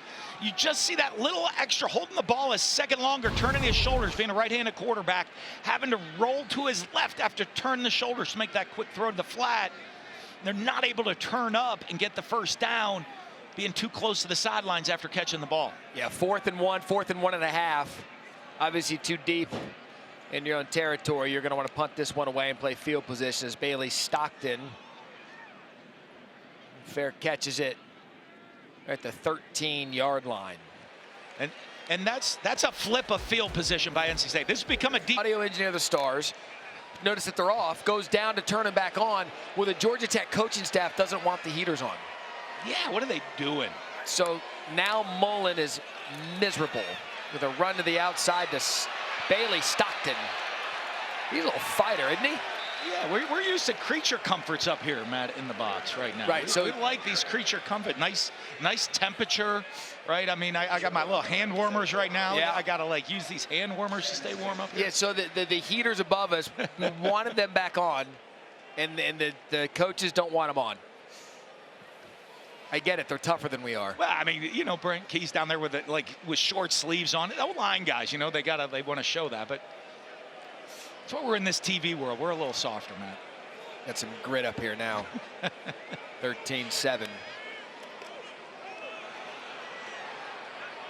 there's the Haynes King package for Cleveland. Bring up another 3rd down.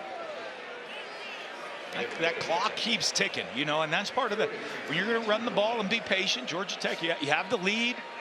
You're okay with the tempo of this game. You wanted to come in and run the football. We're going to keep running it and try to convert here. Get it down to 3rd and makeable, 3rd and 3, and see what you can come up with. I love it when coaches are 100% honest with you, as Brent Key was with us pregame. He does not tell us one lie. No. We knew what was coming. Right now, 13-7, middle 3rd quarter, and a 3rd and 3. Shot downfield. Philo's got a man, caught by Singleton.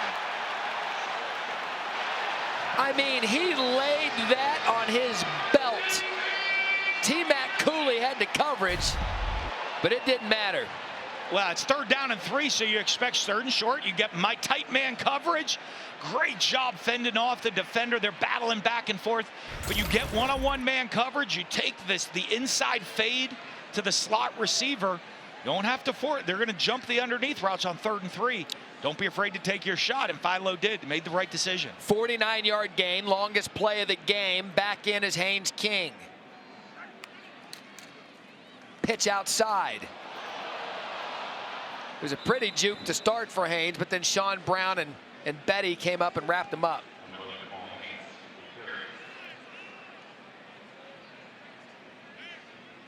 I mean, I have that as the problem. Look, Tony Gibson was going to stop the run no matter what.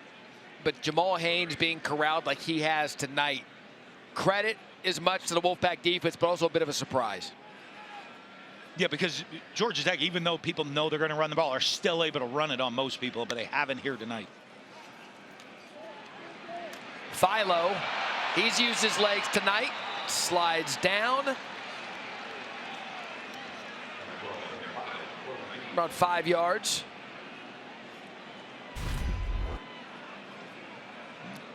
Yeah, and these are good, quick decisions by freshmen. There's nothing there downfield. You see the lane. Right now, you're in field goal range. Make the smart plays, make good decisions. They said they're so excited about Philo because of the decisions he makes. Throwing the ball, the quick processing that he has. He processes quick there, and it's dropped. Just popped right out of Jackson Hawes' hands. And that was big, because that was on 3rd and 6, and now the field goal unit's going to come back out. I just run a little stick route into the boundary with the tight end. Turns out, ball right there, hit him in a bad place. That's why they wear helmets. He could have a broken nose if they didn't have a helmet on that one. Or to feed Harry banana pudding. 45-yard attempts for Aiden Burr. Those field goals he's made in the game, it's 3. He already has 2 tonight. There's your hat trick. So Aiden Burr's the offense. Kind of a bend but don't break night for NC State. You had a 48-yarder, 49-yarder to Singleton, sets up the field goal. It is almost here, the first 12-team college football playoff. Back at Bobby Dodd Stadium. 16-7, a defensive battle, but Dave Dorn's defense still has not let the Georgia Tech offense in the end zone. It was a pick 6. So Aiden Burr to DK Kaufman, that'll easily sail into the end zone for a touchback. So week 13 ACC Network football lineup begins Saturday with 7-3 teams squared off. UConn taking on Syracuse at noon. Florida State then hosts Charleston Southern at 1:30 on ACC Network Extra and ESPN Plus. And the 127th big game between Stanford and Cal, 3:30 Eastern. They cap it off with Virginia Tech and Duke. The nightcap, 8 p.m. Eastern, ACC Network. I refuse to acknowledge Stanford and Cal being an ACC game. Not that you have any sort of a West Coast bias in you. It's unbelievable. Bailey 1st and 10. That's a good shot to start the drive over the middle. Had some zip on that one. Gain of 9. Concepcion brings it in. And NC State's going to have to start getting something going soon. Yeah, they've been struggling with some of the getting the ball down the field. Even their explosive plays, the short checkdowns to the back have been where their explosive plays have been tonight. You credit Georgia Tech's defense. That what they said coming into it. We cannot give up an explosive play, and they've kept everything in front of them all night long. They did a good job there. That defensive front, Raphael hammered by Hamilton. No gain, 3rd down. They came with a run blitz right there to force the 3rd down and short. Big conversion here, big play for the NC State offense with how Georgia Tech eats up clock and wears you down. I mean, your quarterback's 6'6". Couldn't you just have him fall forward? That makes too much sense, Matt, sometimes. Jones and Raphael in the backfield. Right up the gut, breaks one. That's a 1st down. Raphael found the crease, gain of 10. Drive continues. That's why you don't do it. A little split inside zone right now. A great job. That front side A gap's open. That's where you want to start with the read. And Raphael sees that and hits it fast. And that's all because of a 7-yard gain on 1st down. It keeps you ahead of the chains. It keeps 3rd and short is much more manageable for a young quarterback. And NC State struggled on 3rd down, but have been pretty good on 3rd and short this year.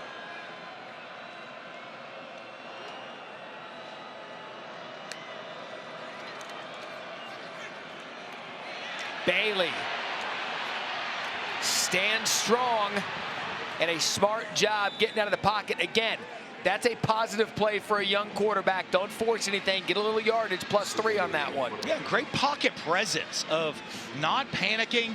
You see him just shifting and sliding in the pocket, keeping his eyes downfield, realizing there's nothing there. Tuck it, good ball security. It's okay. Hey, you slide. I always tell you, get down. You don't need to hit on first or second down as a quarterback. Now, if it's third down, drop the pads and get us the first down.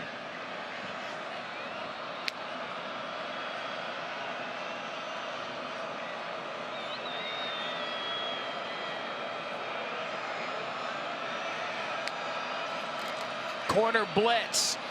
Oh, what a cut. Another big run and a hurdle, and Raphael has been the star on this drive.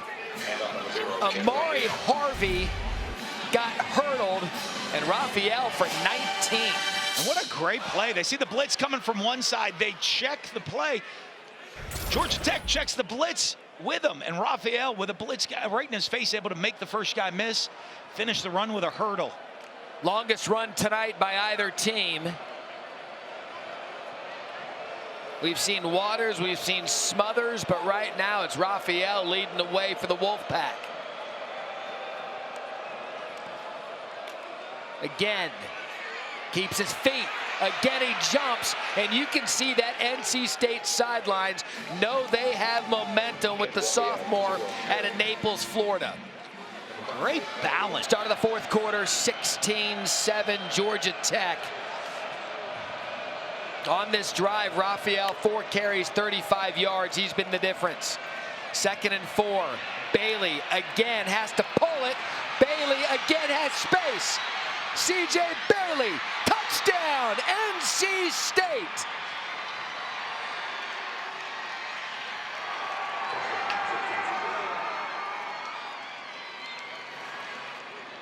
How about the true freshman for the 2nd time tonight? Uses his legs. You see Dave Dorn hug the young player. And it is 16-13 with an extra point on the way. Yeah, and that's not a freshman scramble. That's a guy going through his progression, doesn't see anything there, sets up the run, sees man coverage, sees a lane, takes off, and also is able to make a guy miss in the red by the 5 to score. That ties his season long with 28 yards. And now it is a 1-score football game, Coach. What a great run by Bailey. Find it all the way, and then Little make a miss to get into the end zone.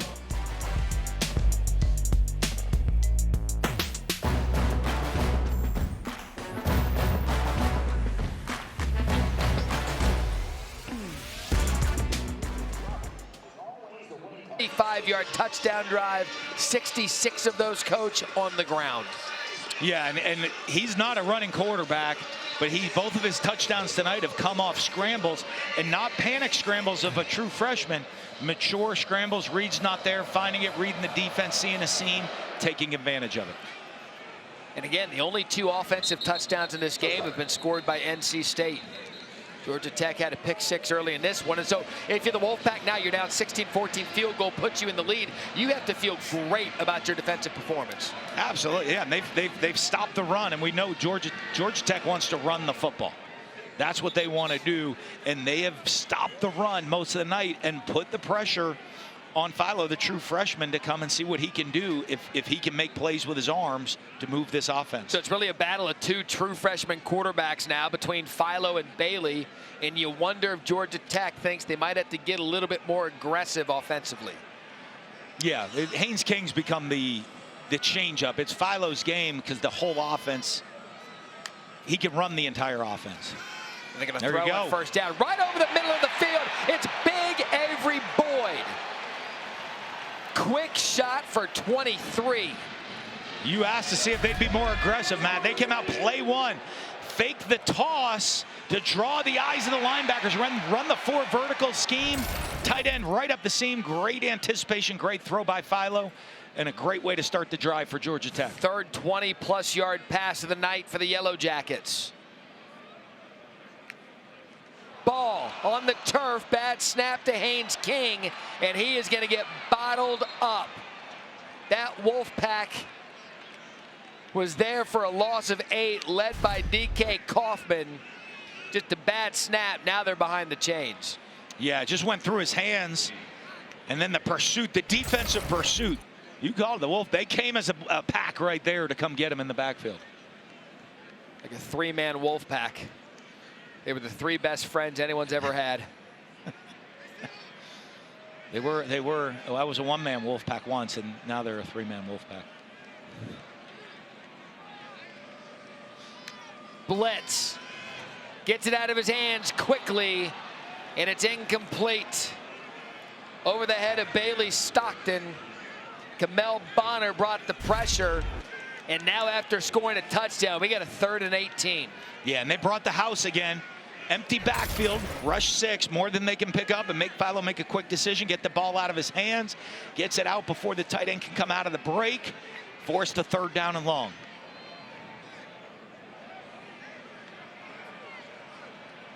You can sense the momentum starting to slowly shift. 3rd and 18. Philo keeps his eyes downfield. What a throw by Philo to his high school buddy, Bailey Stockton.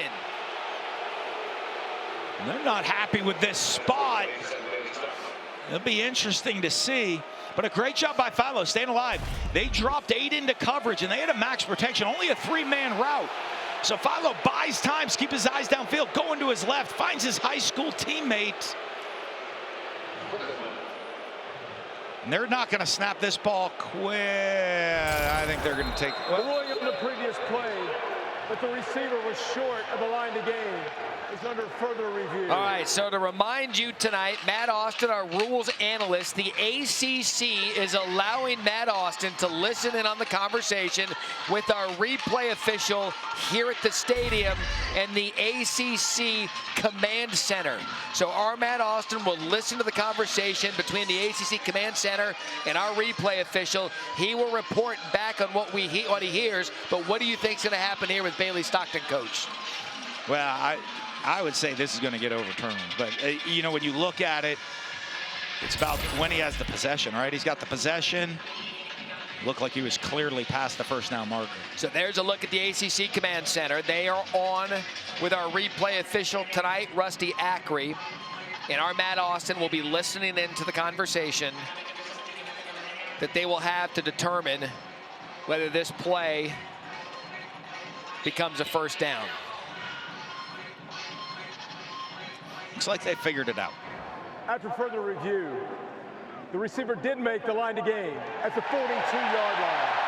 1st and 10, Georgia Tech. Okay, let's bring in Matt Austin. Matt, what happened in the conversation between the replay official and the command center? Yeah, Matt, the replay official quickly made the decision that the ball was definitely caught, and the first contact with the defender was beyond the line to gain, where he pushed him backwards. That is the forward progress spot. They were able to overturn it and make it a catch with a 1st down. How about that 3rd and 18? That was a big one. You know, they overcame the negative play. The quick throw forced on 2nd down. Those are big game-changing plays. You see Dave Doran frustrated on the sidelines at that 3rd down conversion. We do want to thank the ACC as well for allowing us to have that transparency with them tonight. See if you can get Jamal Haynes going if you're Georgia Tech. You get the sense after a big conversion like that, your big play running back who's been bottled up all night has it in it to break one. Yeah, you're waiting to see him because we know he is an explosive player, but it's just, that's the discipline. You know, NC State has played with some great discipline with their run fits all night, because with all the different counter schemes, motions, trades, formations, every time they move or motion somebody, it changes gap responsibilities, and they've done a great job adjusting and fitting those gaps and being disciplined where they're supposed to be all night long, this NC State defense. Haynes just 1 10-plus yard carry on the night, 36 yards.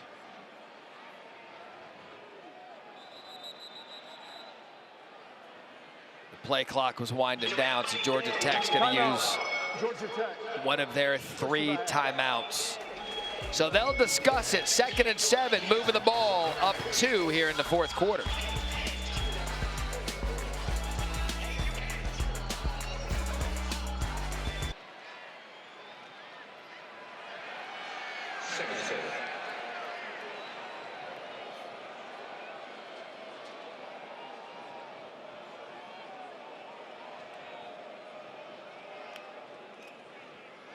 Philo play fake. Has a receiver to the end zone. Incomplete. They were trying to get it to Avery Boyd. Bishop Fitzgerald was there, and they had a play on. Yeah, Avery Boyd, the big tight end. I mean, he was moving down that field, getting behind the secondary. And just that hand just gets in there. Even if it tips it, just the distraction of the hand being right there. I like this tight end, man. Avery, he can move. He can fly. He's had a good night tonight. 3rd and 7. Remember, Georgia Tech just converted a 3rd and 18.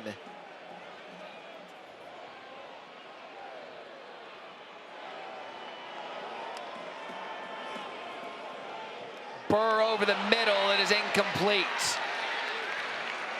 Chase Lane, the intended receiver. Devin Marshall on the coverage. No analytics for these teams. Roll out the punt team. Let's play defense. I'm proud of everyone in this moment. Oh. I'm proud of everyone. They told the book to say, you know what, like, go. I'm sure there's a guy on the sideline says, book right here says to go. I mean, you imagine the look Brent Key just gave that guy. Book says go for it, coach. Yeah. And I know there's a lot of books here at Georgia Tech, phenomenal institution of technology. The top academic school here in the state of Georgia. But even the book there is, I think their students would have said, no. I just ran a mathematical formula. We need to. Oh, they need the Dan Mullen gap wedge backspin. They must use a Kirkland. So we take a look at tonight's player spotlight, brought to you by Lexus. Yeah, C.J. Bailey having a great year, doing it with his legs and not on design runs, scrambles, mature scrambles. You look at the 2 interceptions. One forcing the ball down the field at the end of the first half is okay. The other one, the only touchdown Georgia Tech has on the pick 6 on a fluke play on a jet sweep. Went to flip it to the receiver. Ball gets tipped up into the air, bounces around, and ends up being a pick 6 for Georgia Tech. NC State has not led it all tonight. They were tied at 7, and at one point down by 9. They're going to start with the running game on 1st down. Smothers. Just that from Brooks. That's a loss of 4. And Brooks came flying in there once he read the outside zone. Here comes the stretch play. See Brooks with the motion guy reading it's a run play, shooting the gap, making the tackle for loss, putting NC State behind the chains and getting this student body excited. Just the 3rd tackle for loss tonight for Georgia Tech.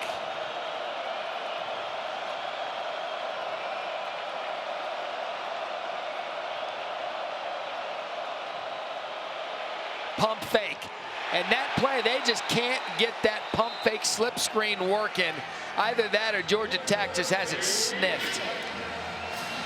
Really great discipline. See big Vandenberg sitting in there. You know, his responsibility. I'm staying inside. I'm not chasing all the way to the outside. We have the guys responsible. I'm responsible for the slip screen back inside. Held his ground, forces the 3rd and long.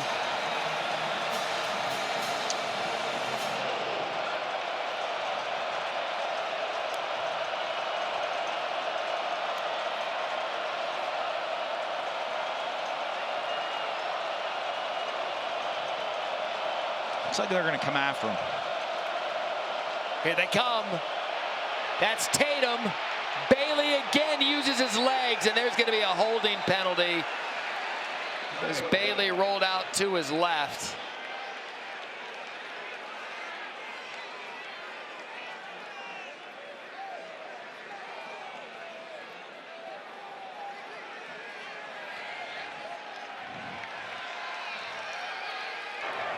Holding. Offense. Number 74. The penalties decline. 4th down. Anthony Belt, the left tackle. I know some NFL scouts. Yeah, but they left the blitz on that time. They've been looking at the sideline and checking out of the blitz when it's been on. You see the left tackle get a grip there. It's going to be a tough road. I know he's run really well tonight. It would have been tough sledding to get that 1st down, though. Good job leaving the blitz on. They've been checking out of it when they look to the sidelines. This time they leave it on and come after So him. Noonkester punting deep. Boy, that's a good-looking punt. It's a great punt when it's needed most in the game. Trying to flip field position. 53-yard punt. Pat McAfee would have had a cigarette if he saw that one.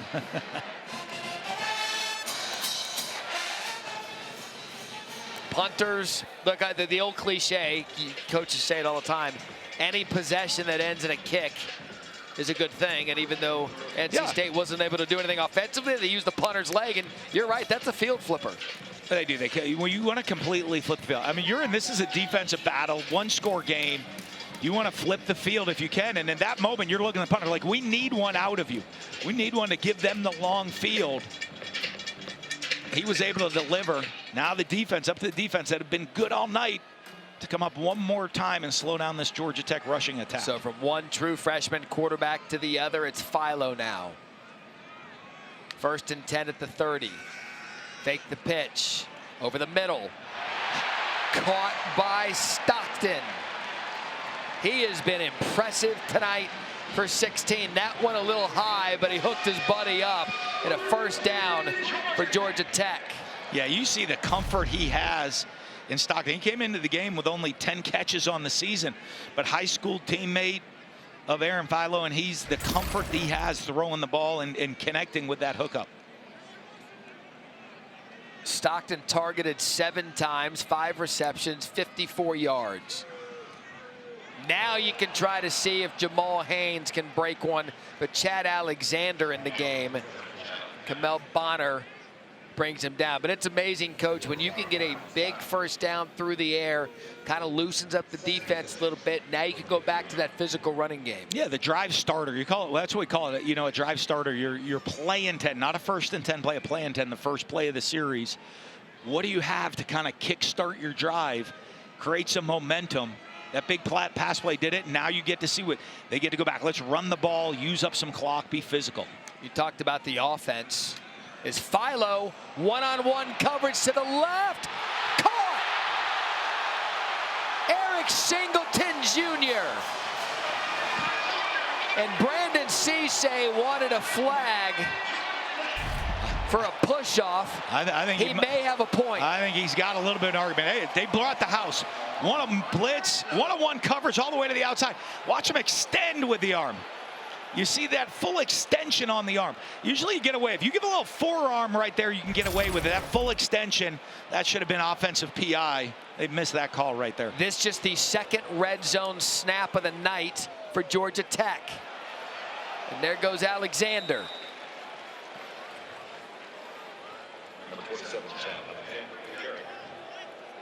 Again, the offense has been stymied for Georgia Tech. It's been a field goal night for Aiden Burr.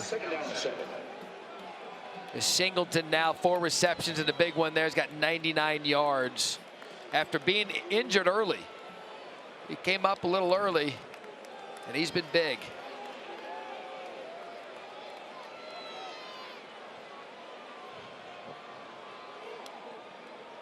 Philo rolling to his right. Into the end zone. Intercepted! Tipped and picked by Bishop Fitzgerald. What a turn of events. That Wolfpack has done it again. Eric Singleton Jr. had it come off his hands. And Bishop Fitzgerald, right place, right time. We still got a football game in Atlanta. Yeah, there's a little fastball here by Philo. Wasn't ready, looking at the traffic around him, off the hands. Big stop by the Wolfpack D. Yeah, if you look at this last play on the interception, they're on the sprint rub. There's a spot route, a corner route, and then a flat route, looking to get a pick play out into the flat. Good protection, everything's fine. The ball's just a little bit heated coming in there to the spot route, and you see it as it gets tipped.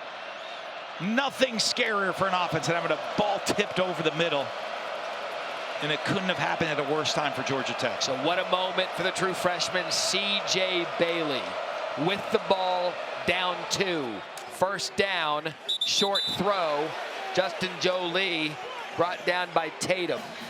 And when you look at NC State this year, you go back to October 5th, 4-point loss to Wake Forest, 1-score game.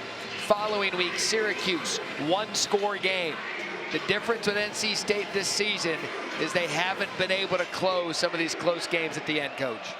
Yeah, and that's going to be a huge deal for them, and it could flip the script on your whole season and confidence in the team. As Bailey looks deep, no one home. It was intended for Concepcion. There are two defenders back there, Daniels and Powell Lee, and just like that, 3rd and 7.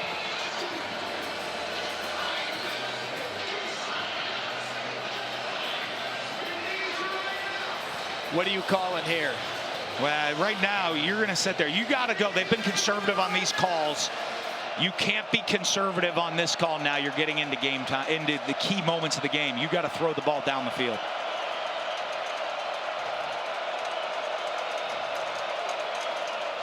Pressure. Intercepted. Romello Height.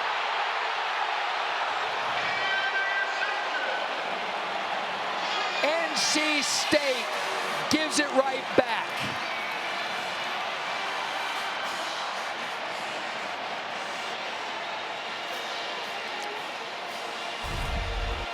And we've seen the defense get tipped balls all night long when they don't get there on the rush. You see Romello Height, eyes on the quarterback, just spying him. Jumps up to knock the ball down on a quick throw. Right there at the right moment to intercept it. It's all fortunate. You see him extend the ball, comes out of his hands, but it doesn't go into the end zone or hit the pylon for a touchback. Height, the star in the Miami game, had the strip late to seal that one. And now Georgia Tech has more interceptions tonight than they've had all season. Haynes King trotted in.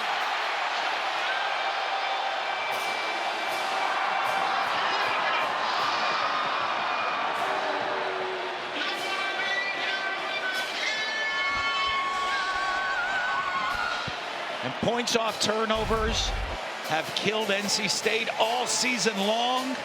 Another turnover deep into the red zone, and Haynes King makes him pay for it. Little zone read, keeps it, gets into the end zone. And if you want to look at NC State's season in a nutshell and just meeting with these coaches, this is big to make it a 2-score game, and they do just that. You know, you talk to NC State, you're sitting down with Dave Thorne, and the turnovers. And he just keeps talking about the turnovers. They've got us all year. They now have 21 turnovers on the season, and it changes a game in a season so quick. Yeah, and it's the mistakes. If you talk to any coach, they're going to talk to you. Turnovers are one of the most critical factors in winning and losing football games. And the turnover, the interception wasn't a pick six, but got it all the way down to the 2. Haynes King punches it in. It essentially was. But really, I mean, 14 points in this game have directly come off of NC State turnovers. That's the difference in the game. That's the touchdown drives for NC State tonight. 2 yards. That's the extent of their drives to score touchdowns. Both of them have come off of turnovers. See that. Dead last ACC tonight with 3. And they came at the right time for the Georgia Tech defense. This would clinch back-to-back winning seasons for the first time since 2013 and 2014.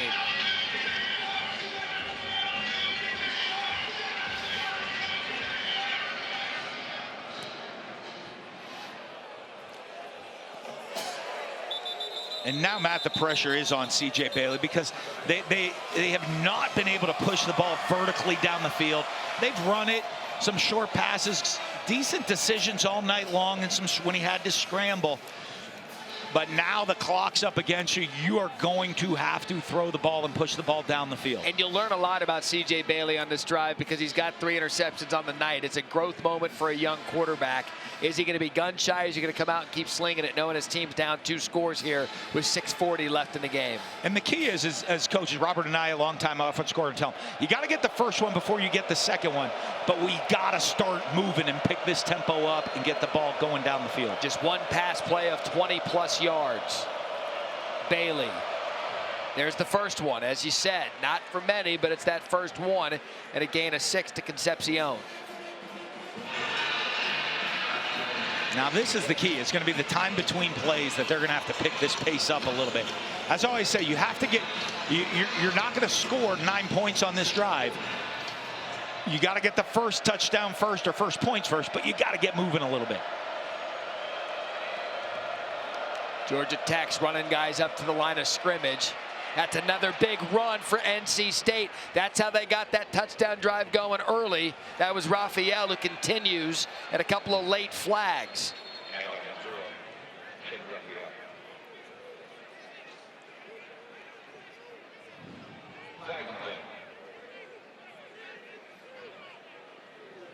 You see the tempers down there starting to get a little bit heated. See players running in and jumping, getting their guys out of there. The second guy is going to get a look every at time. Whoever the flag's on. Foul. Targeting. Defense. Number 44. The ruling is under further review. Okay, so again, if you're just joining us now or you need a refresher tonight, the ACC is allowing our Matt Austin, who is our in-game rules analyst, to listen to the conversation between Rusty Ackery, the replay official here at the stadium, and the ACC Command Center, where they will have a look at this targeting. So Matt Austin will listen to the conversation, and he'll report back to us. I don't know that it's going to take that much time. We'll let Matt listen to the conversation. The conversation might be yes, yes. Yeah, that's it.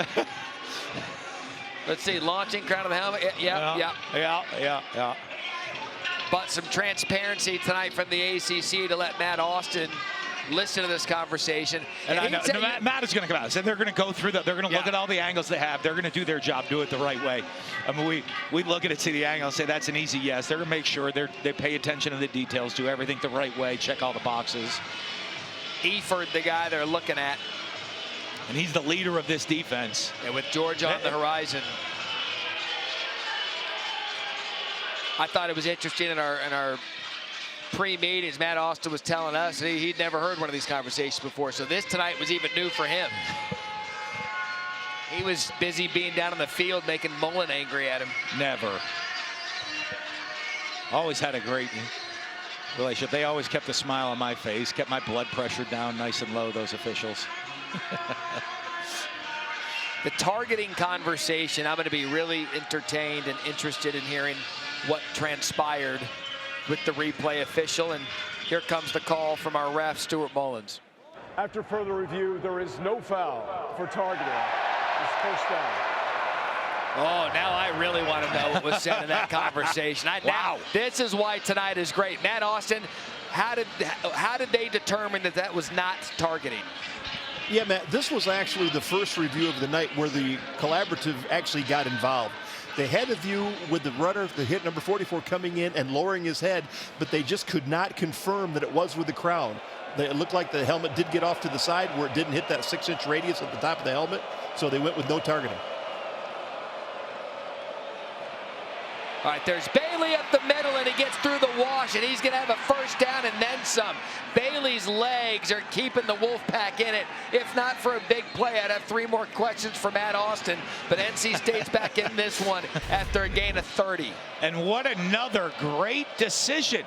Bailey, the maturity in the pocket, going through the progression, steps up, it's not there, realizes it's man coverage, tucks the ball, gets down the sideline. As I said, I love it. You don't need to take that hit. Get out of bounds. You're fine. You got the first down. You got a big play. Get on the ball and let's get moving. 8 carries, 91 yards, 2 touchdowns for Bailey. They're going to run it. It's going to get stopped.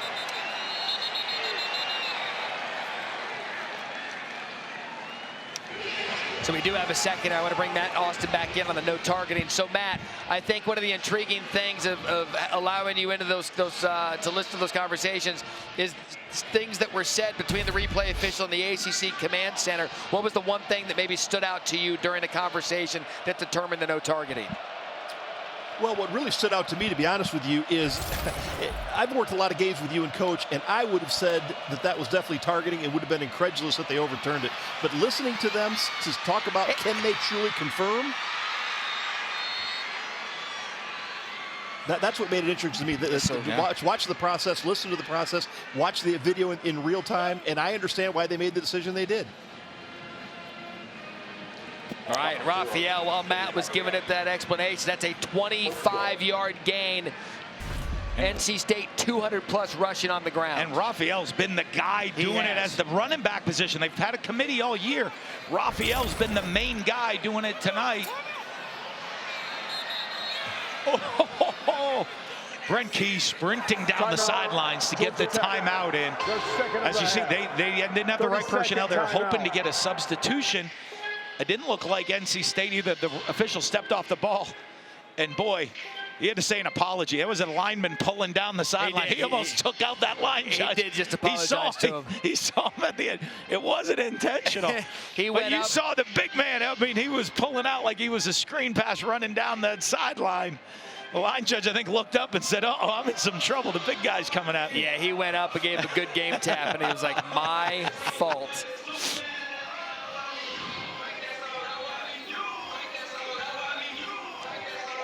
He showed some athleticism on that one to get down there to get that timeout. I mean, what a turn of events here within the last 2 minutes. Again, Bailey in his legs. Then the play before Raphael with a 25-yard run. And NC State is right back in business.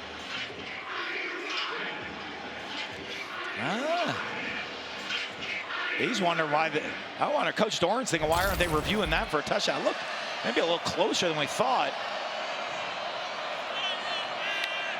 So 1st and goal. Can he do it again? Yes. CJ Bailey might have 3 picks on the night, but he's backed them up with 3 touchdowns, and because of it, the Wolfpack, they're an extra point away from being down 2. Yeah, and a great job right there. Taking the patience on the run to let the blocker set up, let the puller and the back get in front of them, create the hole, and then, as you said, you're 6'6", get that body leaning forward. You got 2 yards right there. This extra point is big because a field goal would win it. High snap. And we have a 2-point game once again. They score in 2 minutes and 33 seconds. And we want to bring in Matt Austin again about not reviewing the run by Raphael. Yeah, Matt, we've always said that every play is reviewed, and that is exactly true in this case. They had a great view from the pylon cam that showed the shoulder down with the ball short. So it was reviewed. They just found no reason to actually stop the game. So they actually did a great job with it. And then were they conversing about it? Oh, absolutely. Yes. And even Collaborative did chime in. The ball right there, he's down, and from our angle right there, you don't see it. As Matt said, they'd have it on the pylon cam where they can see it straight down the line. So, and Matt, I want to clarify one thing for the viewer, because we don't always have this access from anyone in the ACC gracious enough to let us do this. So while we don't think anything's being reviewed, they are constantly talking about plays we don't think they are, which is what you just witnessed right now. Oh, every single play, every catch tonight, every incomplete pass, there was a quick replay looked at by the replay official and the communicator, and they verified the call on the field quickly every single time. All right, awesome stuff, Matt. Thank you.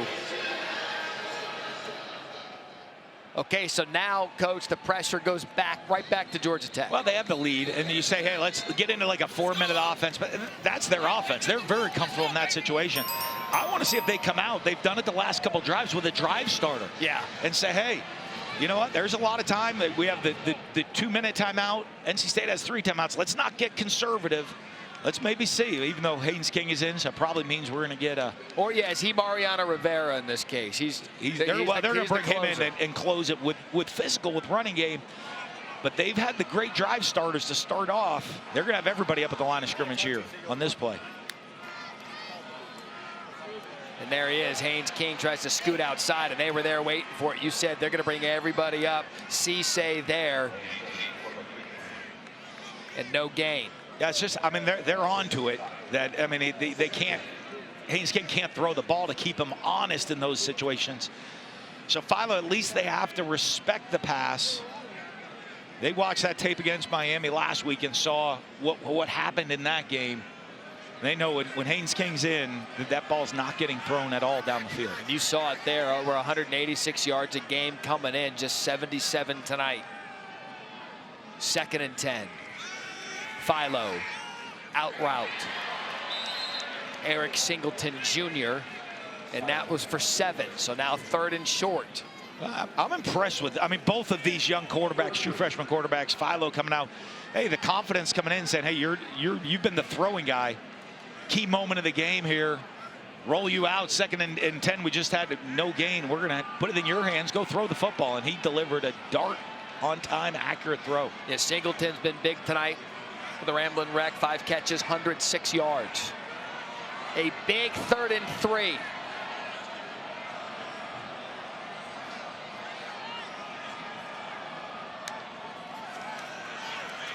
Philo up top, incomplete. Aiden White was right on Chase Lane. There's a big gust of wind that was blowing in to the Georgia Tech offense. Yeah, I'll tell you what, though, they brought the house, and you know Tony Gibson's going to do it. When the game's on the line, I mean, they blitzed everybody. It was pure man coverage, one-on-one down the field. Philo tried to give his receiver a shot getting up there, couldn't get enough on it. There was some contact down the field, a little bit both ways, and not enough to draw a flag. The ball doesn't get to him, and a quick 3 and out by this NC State defense.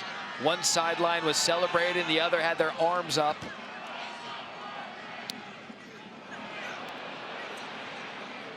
And a favorable punt with a decent bounce for Georgia Tech. Ball came off weird. Again, the wind started blowing into Georgia Tech for a punt of 40. And now here we go. 2.5 minutes left in the game.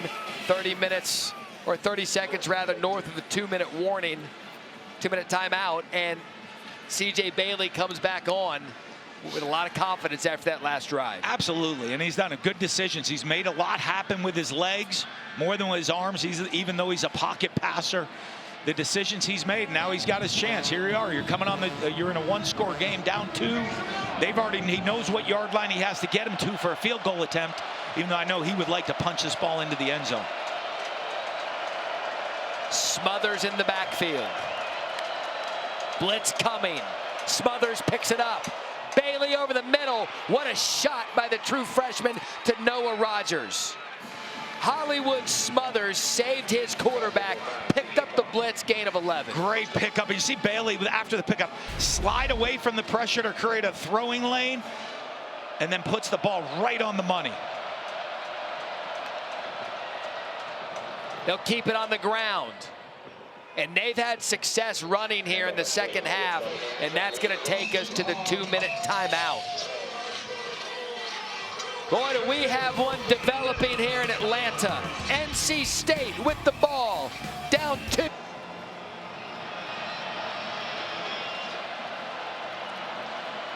Yes, we do, Scotty. Thank you. Looking forward to Sports Center tonight. 2-minute timeout in the books. Georgia Tech showing pressure again. NC State with the ball. They're able to get to Hollywood Smothers. And now a 3rd and short, 3rd and 2. Yeah, and I'm great running the football. You can run your offense because you have the timeouts. You have to just do this. You have to get some tempo, have a sense of urgency about you if you're going to do it. 186 second half yards. That's why you run it. There goes Smothers. Smothers, diced, covered.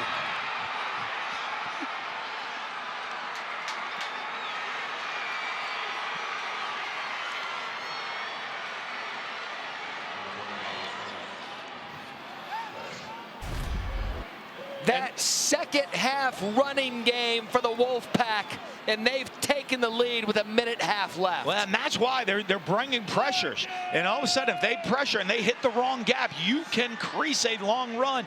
There is time on the clock. You had timeouts available. Trusting the run game, and Smothers delivers. He went untouched. 53 yards, longest play of the night. in the Wolfpack's first lead as they're going to go for 2. Bailey has it if he wants it, and he takes it.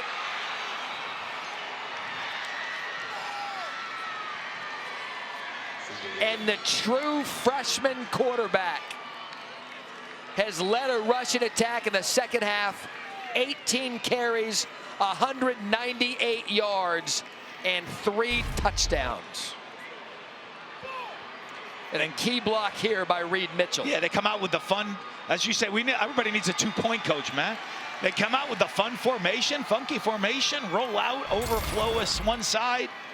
And another great decision by Bailey, keeping his eyes downfield, press, press, press. Not there, he runs it into the end zone. We got a 6-point lead. What a response in the last 5 minutes from NC State. Yeah, Dave Doran has said, hey, every time we've been hit with adversity, we have not responded well all season. They've been hit with adversity tonight, and every time adversity punched them in the face, they got right back up and stared them down and had an answer. 2 touchdowns in under 3 minutes. They trailed by 9 with a little over 4 minutes in this game. And Georgia Tech with only 1 timeout left. We're going to see the opportunity now for Aaron Philo as a true freshman. Come and have his chance to lead a 2-minute drill and try to put a game-winning drive together for Georgia Tech. I absolutely love this. 2 young quarterbacks. Now it's going to come down to Georgia Tech trying to be undefeated at home for the first time since 1999.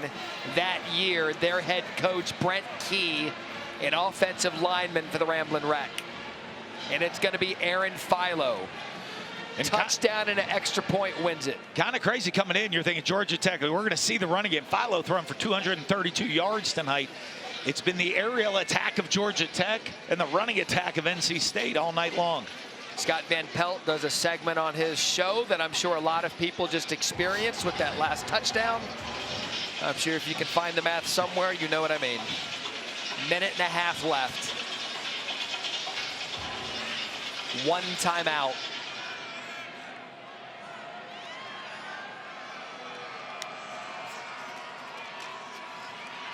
Philo over the middle.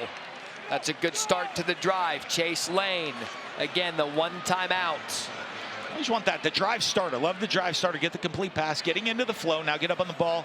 Run the 2-minute offense you've practiced since training camp. 2nd and 4. Another positive gain. That to Jamal Haynes. It's going to be for 2. Going to bring up 3rd and 2. Clock stops under 2 minutes. In these situations, Matt, you get out of bounds. First downs and out of bounds. So you talk about it. First down will stop the clock momentarily to reset the chains. Out of bounds obviously stops the clock. So everything you're doing in your mindset, you've been talking about it all year, are first downs and out of bounds. Poise in this moment for the true freshman. Philo moves the chains. First down, Georgia Tech. That's the first down. It'll stop the clock. Now get right back up on the ball. Get ready to go. That's your first down. You're not getting a first down. You got to get out of bounds. Again, Philo just threading the ball to his receivers. They've been covered, but he's been putting them on them. Jamal Haynes and a gain of 17.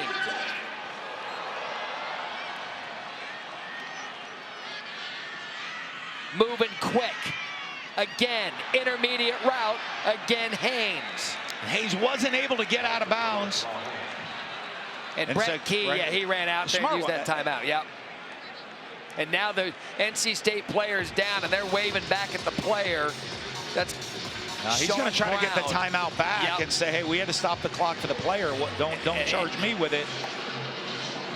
Which will save them. That's such a big play. Anytime there's an injury in these situations, it can be big plays.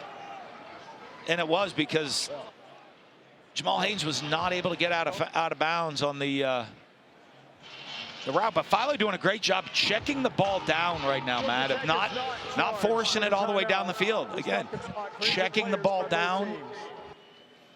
and taking what the defense gives and move them methodically right now down the field and into a 2nd and 2 situation without having to use the timeout. And they're officially not charged with the timeout. You're right. So now you've got, I hate saying that you have a free timeout because of an injury. Yep. You can gather yourselves. You're at 40 seconds. You get the 1 timeout back, 2nd and 2, and you're piecing together a pretty good drive. Yeah, and you have 2nd and 2. So a first down, I mean, 2nd and 2 gives you some options.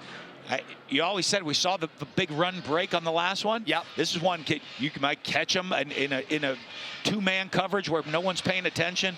You take off, you can have everything available because any type of a first down stops the clock. We've yet to see Jamal Haynes break that big play.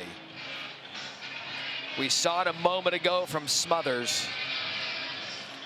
And this is such a big difference between college and NFL, where NFL you can't even the run and the draw and some of that situation there, the clock's running. Right here you have the opportunity to do it.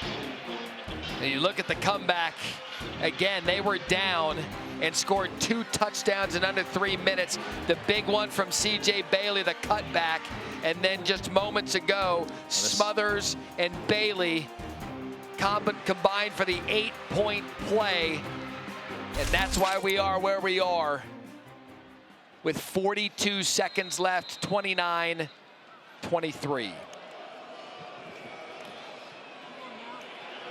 Philo's going to take off. Philo has the center of the field. Philo going to get a big gain. Georgia Tech is in business. Gain of 18. Clock stops to set the chains, and they're up on the ball, ready to go. Whistle. NC State's got 3 timeouts, so they're going to use them.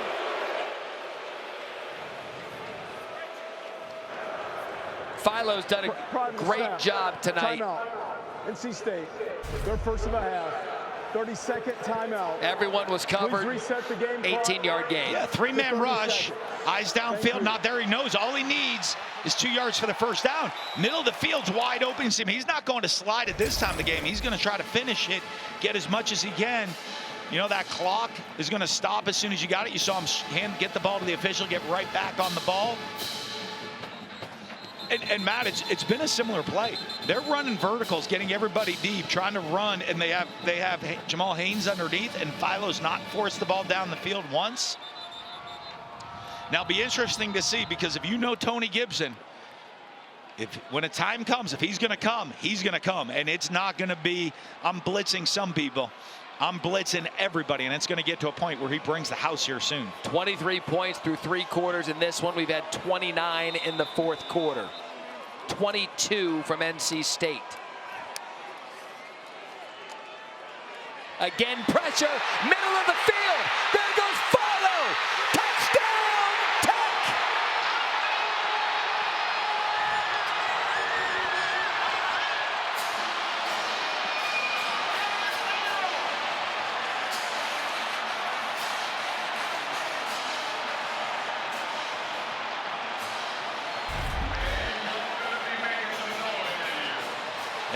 It's 4 verticals. Everyone's deep, and he sees that lane. It's man coverage. Everyone's deep with the receivers in the end zone. He sees the lane, takes off, lowers his pad, is at the goal line, gets into the end zone, and we're an extra point away from Georgia Tech taking the lead. 7 plays, 75 yards, and 1 minute and 8 seconds. And we have 2 true freshman quarterbacks going back and forth using their legs, and that time it was Philo. Unbelievable grit out of both of these quarterbacks. And Haynes King, known as the runner, but it was Philo's legs on that drive that gave them the lead. Yeah, his patience of not forcing the ball down the field, taking the short throws early, and then the maturity for a young freshman to sit there and say, hey, they're going to drop everybody way out into coverage. I'm looking, nothing's there, nothing's there. I see a seam, I'm going to take off. And he carries them all the way into the end zone. with 22 seconds left on the clock. They had a minute and a half left in the game and one timeout when that drive started. It looked like NC State was going to come in here with a fourth quarter comeback. Now 22 seconds, down 1, 2 timeouts. They're going to squib it.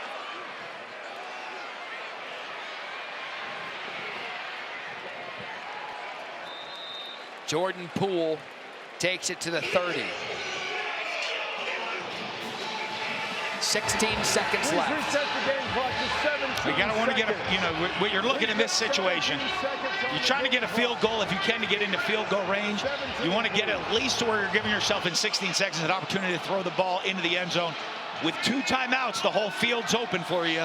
Run the play, you're going to take a timeout immediately after this play. Does C.J. Bailey have a little bit of magic left in him?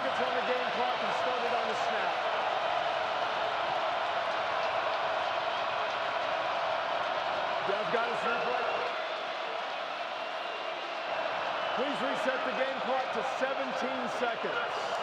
They're trying to reset the game clock here to 17 seconds, and now we play.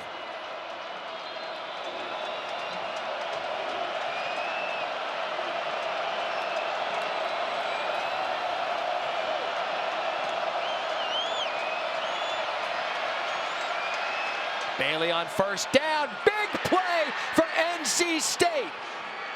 To Corey Collins. There's 1 timeout. And a gain of 29. What a drive starter. And you see, and that's why you have those timeouts. Whole field's open for you. What anticipation by Bailey to make this throw on the deep dig coming across the middle of the field. Ball's gone way before the receiver comes in. And a great job by Collins running the route, coming across, making that catch, getting upfield, getting down. 10 seconds. 10 now you got to sit and say you're about 10 yards away from getting into a field goal attempt to win the game. Kanoa Vineset, the NC State kicker, career long is 52 yards, and he's 1 of 2 in 50-yard situations this year. Hey, you're about 10 yards away. You get 10 yards, you're going to look at a 47-yard field goal. Phil, that should be in his wheelhouse, and a makeable field goal, a legitimate attempt. Again, the middle of the field's wide open for you here with 10 seconds to go, because you have that time. You have the timeout.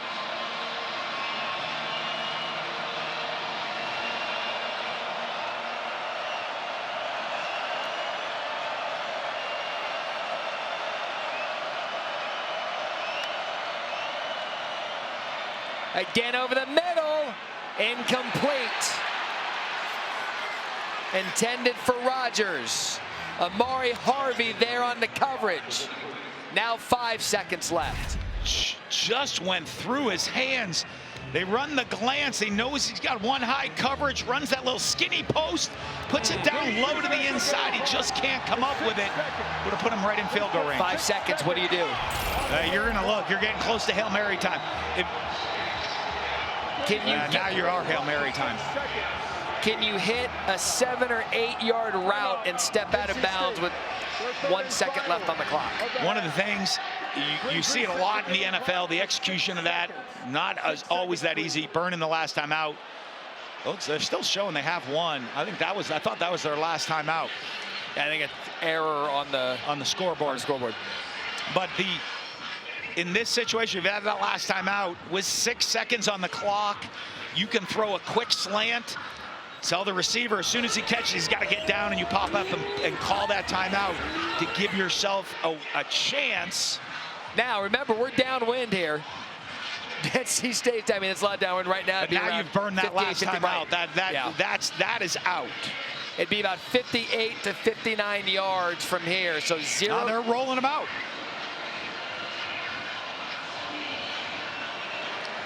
There it goes. It is Colin Smith.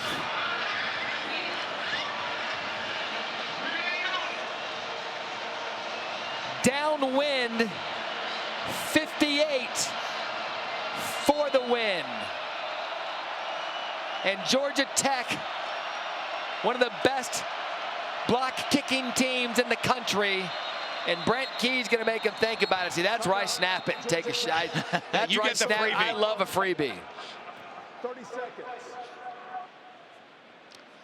What a game, Matt. I mean, you're looking total yards, 400 for NC State, 391 for Georgia Tech. Back and forth. Georgia Tech doing it through the air. NC State doing it on the ground, a little opposite of what you think. And what a wild fourth quarter. 36 points, 29 over the final 7 minutes. Georgia Tech leads the FBS in field goal blocks. You know this one's going to have to come out low because of the distance. But you saw Colin Smith checking the wind like a golfer. He threw up. There we go. Should I use driver? Yeah, let's pull driver. Yeah. I got downwind. Okay. What a college football game we've had tonight. And it comes down to one kick. 58 yards.